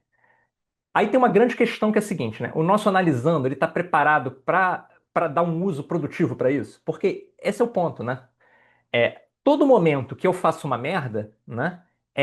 Eu tô e aí é que tá, essa discussão difícil sobre a sobreposição entre o real, o que está acontecendo realmente na relação, entre a relação e a transferência, né? Mas assim, quando eu fizer uma merda, eu vou com certeza repetir uma situação histórica desse paciente. Porque assim, se ele está ali, é porque teve falhas de cuidado. Isso é um pressuposto, acho que básico, né? Se ele está buscando um outro cuidador para ele, é porque teve falhas de cuidado muito violentas que ele acredita na possibilidade de serem sanadas. E aí, quando eu fracasso, quando eu faço merda, eu estou repetindo esse esquema. Se ele aprender a lidar com isso, se ele tiver. Aprender significa se ele tiver material, né, para reagir a isso. Isso é talvez uma das principais coisas que a análise pode dar para ele, né? É se reposicionar diante dos cuidadores fracassados. Eu sou mais um, só que eu sou um cuidador fracassado um pouco diferente, né? Porque assim, né? Idealmente, eu tenho um pouco mais de tolerância a ser agredido, né? O João Bobo, né? Idealmente, eu acho que isso eu particularmente acho que isso é muito importante, né? Pensar ferenzianamente, né? Lembrem-se, né, que a fala do Ferenczi para o Freud é essa, né? Freud, você não conseguiu trabalhar a transferência negativa, né? E o Freud super tem essa posição. O Freud tem um lugar meio paranoico, assim, de todo mundo que, se você não está do meu lado, você está contra mim, né? É meio isso que acontece teoricamente, é meio isso que acontece com Rank, com Reich, com Jung, com Adler, né? Então, o que o Freud não conseguiu dar para o Ferenczi é isso. A origem de todo esse rolê com o Ferenczi é essa queixa, né? Você não conseguiu trabalhar com os sentimentos negativos. Então, se a gente né, puder dar isso para o analisando, né, que é um espaço de manobra dentro do ódio dele por nós, que é inevitável. O Ferenczi também diz isso em algum outro lugar. Ele diz: nem adianta você ficar querendo, você planejar a sua próxima frustração. Você não precisa frustrar conscientemente ou intencionalmente o seu analisando, porque você vai acabar frustrando de qualquer jeito. Né? Você sempre vai frustrar o seu analisando. Por mais cuidadoso que você seja, por mais mamãezinha que você queira ser, por mais tipo, né, porra, acolhedor, sempre você vai fazer merda, porque você tem o seu material, né? Então o seu material é isso, são essas coisas. O seu material tá querendo alguma coisa desse cara, né? E esse cara vai acabar não te dando, e você vai acabar com raiva. Então, assim, ele está nesse lugar também. Ele já esteve nesse lugar antes, né? Diante dos cuidadores dele. Então, imbuir ele da possibilidade de reagir. E você só imbui ele dessa possibilidade de reagir trabalhando a transferência negativa. E o que o Ferenczi está nos dizendo nesse pedaço do diário sozinho, possivelmente ele nunca vai fazer. Né? Sozinho, ele possivelmente nunca vai admitir que você fez merda. Né? Então, você faz a merda e você ajuda ele a se dar conta disso. Né? Tipo, olha, né? Eu acho que você não gostou, né? Olha, isso não caiu bem. Sei lá como, né? Mas é isso que ele está sugerindo, eu acho. Né? Mas diga, Daniela. A gente está tendo essa discussão, né? E eu lembro muito de um texto que foi um texto que foi uma virada para mim e agora está soando excesso, mas eu acho que é porque de tanto a gente estar falando dessa questão, né? Mas o Bolas, que é um autor mais contemporâneo, né? Ele descreve a relação analítica, né? Assim, o analisando transfere para a gente, né? E aí ele se comporta, né, na análise ou como a criança que um dia ele foi, ou como os cuidadores dele foram para ele, né? E aí a gente vai ficar ou no lugar dos cuidadores ou no lugar daquela criança, né? E aí ele vai dizer que o que a gente responde, né, tem a ver com a nossa contratransferência, ou seja, com os nossos afetos, com os nossos pensamentos, né? Na época que eu li, isso foi uma grande virada na clínica, assim, né? Porque é isso, né? A gente sente coisas nesse lugar, como a Ana falou, né? Ela fica putaça da mulher ficar perguntando coisas para ela, assim, né? Então, não sei se é raiva exatamente que ela sente, mas é que o jeito que ela falou, eu fiquei com essa sensação, né? Mas disso, assim, né? Eu acho que isso é um excesso, que eu acho que é assim que os outros analistas que não falam sobre isso, né, vão entender que é isso, né? O nosso material, como você falou, ele está em jogo, né? Eu acho que isso também é uma questão que faz a gente se agarrar muito fortemente à técnica, à teoria, porque É, é um jeito das nossas questões não aparecerem, né? A gente não fica tão vulnerável, né? A gente fica com a bunda de fora né? E se a gente leva em consideração a contratransferência, ou seja, a gente vai reagir àquilo que o analisando está trazendo, de acordo com coisas que também são nossas, né? Então, se talvez essa paciente da Ana fizesse isso com outro analista, a resposta talvez fosse outra, porque aí ia esbarrar em um outro lugar desse analista, né? Eu acho que isso é muito assustador, né? Tira a gente de um lugar de controle totalmente. Ou É. seja, você vai, às vezes, e aí alguém falou esse negócio, você vai chorar com lencinho junto com o paciente. Poxa, meu amor, se você tiver uma história de abuso e seu paciente encontrar um lugar, uma história de abuso, talvez esbarre, né? Não estou dizendo que vai, né? Mas vai trazer da gente também coisas que talvez sejam muito caras, muito sensíveis, um lugar talvez muito vulnerável, talvez um lugar de raiva, como você falou, né? Vai trazer um monte de coisa, né? Eu fiquei pensando que esse é um exagero porque a gente fica muito vulnerável, né? E acho que se agarrar à técnica me faz pensar que é um jeito, né? Se agarrar à teoria é um jeito muito bom de tentar evitar ficar nesse lugar, né? E parecer tão vulnerável diante do outro ali. Pois é, porque o risco, né, é isso, né, gente? A gente vai falando, e esse lugar de conversar sobre Ferenzi de verdade, sério, né, entrando no que está realmente ebulindo ali, né, é um lugar cheio de riscos também, porque se a gente continuar nessa direção, muito rapidamente a gente começa a falar de uma posição que não dá para saber mais quem analisa quem está acontecendo ali, quem é responsável por quem. Tipo assim, aí o cara tá se debulhando e a gente tá na mesma, e aí? E aí acabou a análise. O que que é, né? Como é que. Então, isso é uma tensão constante, né? O texto, se a gente for ler ele de coração aberto mesmo, né, para ver ali a bagunça que o Ferenc está fazendo, ele nos interpela o tempo inteiro a tipo, porra, ter que voltar para esse lugar. Não, mas calma aí, mas que é análise aqui? Que é análise? O que é disso aqui que está ajudando essa figura na minha frente e como que isso continua sendo bom para mim, né? Porque também uma vez, né? Porque a partir de um certo ponto, né, eu virei um analisando selvagem, né? Então, assim, eu tipo, já estava de saco cheio dos meus analistas caretas, né? E um dia eu virei pro analista e disse, cara, na boa, eu não tenho a menor ideia do que você está fazendo aqui, né? E aí, porra, aí o analista, tipo, foi. Não, e o cara foi um bom analista pra mim, foi um cara muito importante, assim, pra mim, né? Mas nesse momento tava uma merda. E assim, e ele ficou assim, tipo, né? Ele tinha um jeitinho, assim, ele ficou bolado, né? E aí na semana seguinte ele voltou com aquilo. Não, não, mas eu queria dizer, né? Eu tô aqui, né, porque eu quero o seu bem, né? E eu, tipo, cara, não, você não tá aqui porque você quer meu bem, cara. Essa parte eu já sabia. Se tem alguma outra coisa aqui. Não que ele tenha que me dizer, mas sabe, tem alguma coisa assim da ordem do o que está posto, né, nesse lugar da gente, do nosso material, né? Então, o que está posto do nosso material significa o que eu estou fazendo ali de verdade, assim, né? Então, eu tô ali, eu quero alguma coisa desse cara, eu realmente quero, senão eu não tô ali, assim. E não é só fazer o bem, isso aí é uma historinha que eu me conto, né? Eu posso me apegar à moral, posso me apegar à ética, posso me apegar à técnica, posso me apegar a mil coisas, né? Para manter aquilo ali mais ou menos organizado, só que também, ao ficar mais ou menos organizado, a gente está perdendo contato com alguma coisa, né?